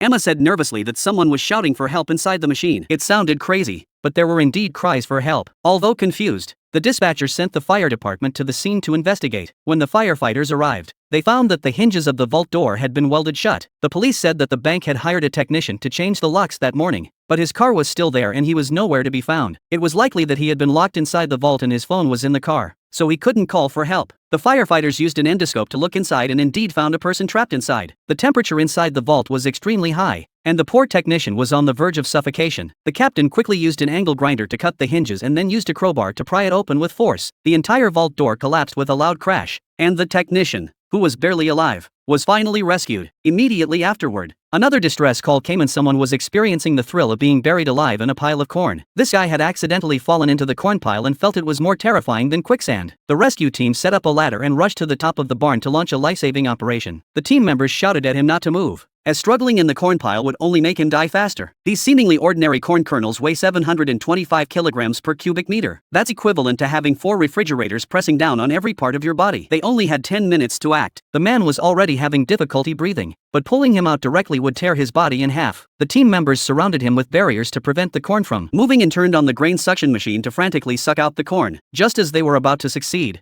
a female team member's safety rope suddenly snapped, and she instantly sank into the corn sea. The more she struggled, the faster she sank. Her teammates desperately grabbed her hands, but they couldn't resist the force of the sinking corn. As the corn was about to cover her head, another team member risked his life to untie the safety rope and jump down to save her. As a result, both were swallowed by the corn, and the scene was in complete chaos. At this point, the team leader decisively grabbed a cutting machine and began hacking at the steel plates of the granary. When the steel plates were cut open, the corn erupted like a volcano. The 2 buried team members and the trapped person finally saw the light of day. Corn was still flying around the barn, and screams could be heard from the neighboring community. Old Tom was picking apples while standing on a ladder when a marble flew over from next door and broke his water cup. The angry old man climbed up the ladder and saw 2 little rascals standing in the neighboring yard, still holding slingshots. "I'm confiscating your toys," Old Tom shouted angrily. But the 2 little rascals not only refused to admit their mistake, they also made faces at him. The old man, furious, threw their slingshots into the storage box. But the mischievous children quickly brought out something even more dangerous. They dug out a crossbow from the warehouse and started aiming at the target on the wall, completely unaware that old Tom had climbed back up the ladder. The children's father, upon discovering this, rushed out to stop them, but it was too late. A whistling sound was heard. The 911 operator heard screams on the phone and quickly asked for the address. When the fire department arrived, they were all stunned. An arrow had pierced old Tom's neck, but strangely, there was no blood coming out of the wound. The firefighters helped Tom sit down, carefully removed his hat, and gently pressed his neck. They then discovered something even more astonishing. It turned out that Tom had a tumor in his neck, which had caused the arrow to miss his vital organs. Old Tom was terrified, his face pale. The captain said not to worry. It looked benign, and he should just go to the hospital for a checkup. The two mischievous children who had caused the trouble had already run into the treehouse in fear. As the ambulance started, the radio rang again. This eerie house was filled with books and clutter, resembling a giant maze. The only way to enter the innermost room was through a passage filled with deadly traps. The residents were two mysterious white-haired old men. Today, the younger brother went out to buy food and triggered a trap, getting buried under a pile of collapsed books. The older brother frantically called for help. When the fire department arrived, they were all stunned. The neighbors said that the twin brothers never interacted with anyone. The older brother hadn't left the house in decades, and the younger brother had to circle the street 3 times to avoid being followed every time he went shopping. The front door was blocked, and when the fire department tried to break in through the windows, they found deadly traps everywhere. The captain was sweating profusely and could only ask the older brother inside to turn off the mechanism. To everyone's surprise, the older brother was blind. He trembled and said the only way out was to turn off the master switch through the front passageway. A firefighter crawled into the passageway, with a sharp chainsaw hanging above his head. If he touched that thin wire, he would be cut in half instantly. Under the old man's guidance, he set the antique clock to 11:11, and the electric saw finally stopped. When the firefighter crawled out of the passageway, the scene before him left him speechless. The two old men had been living in this hellish place for decades. The blind older brother cried and begged them to save his younger brother. However, the act of pulling back the curtains during the rescue enraged the old man. He roared that these security measures were to prevent thieves. Since his mother's death, he had never left this dark prison. The team members outside cleared away the piles of clutter like ants moving a house. When they finally dug out the buried brother, everyone gasped in horror, looking at his brother on the stretcher. The older brother trembled as he took his first steps in decades. When the sunlight first touched his weathered face, the old man smiled like a child. We all have such a dark house deep within us, filled with the chains of memories that imprison our true selves. But as long as we have the courage to pull back the curtains, the sunlight has always been waiting for us.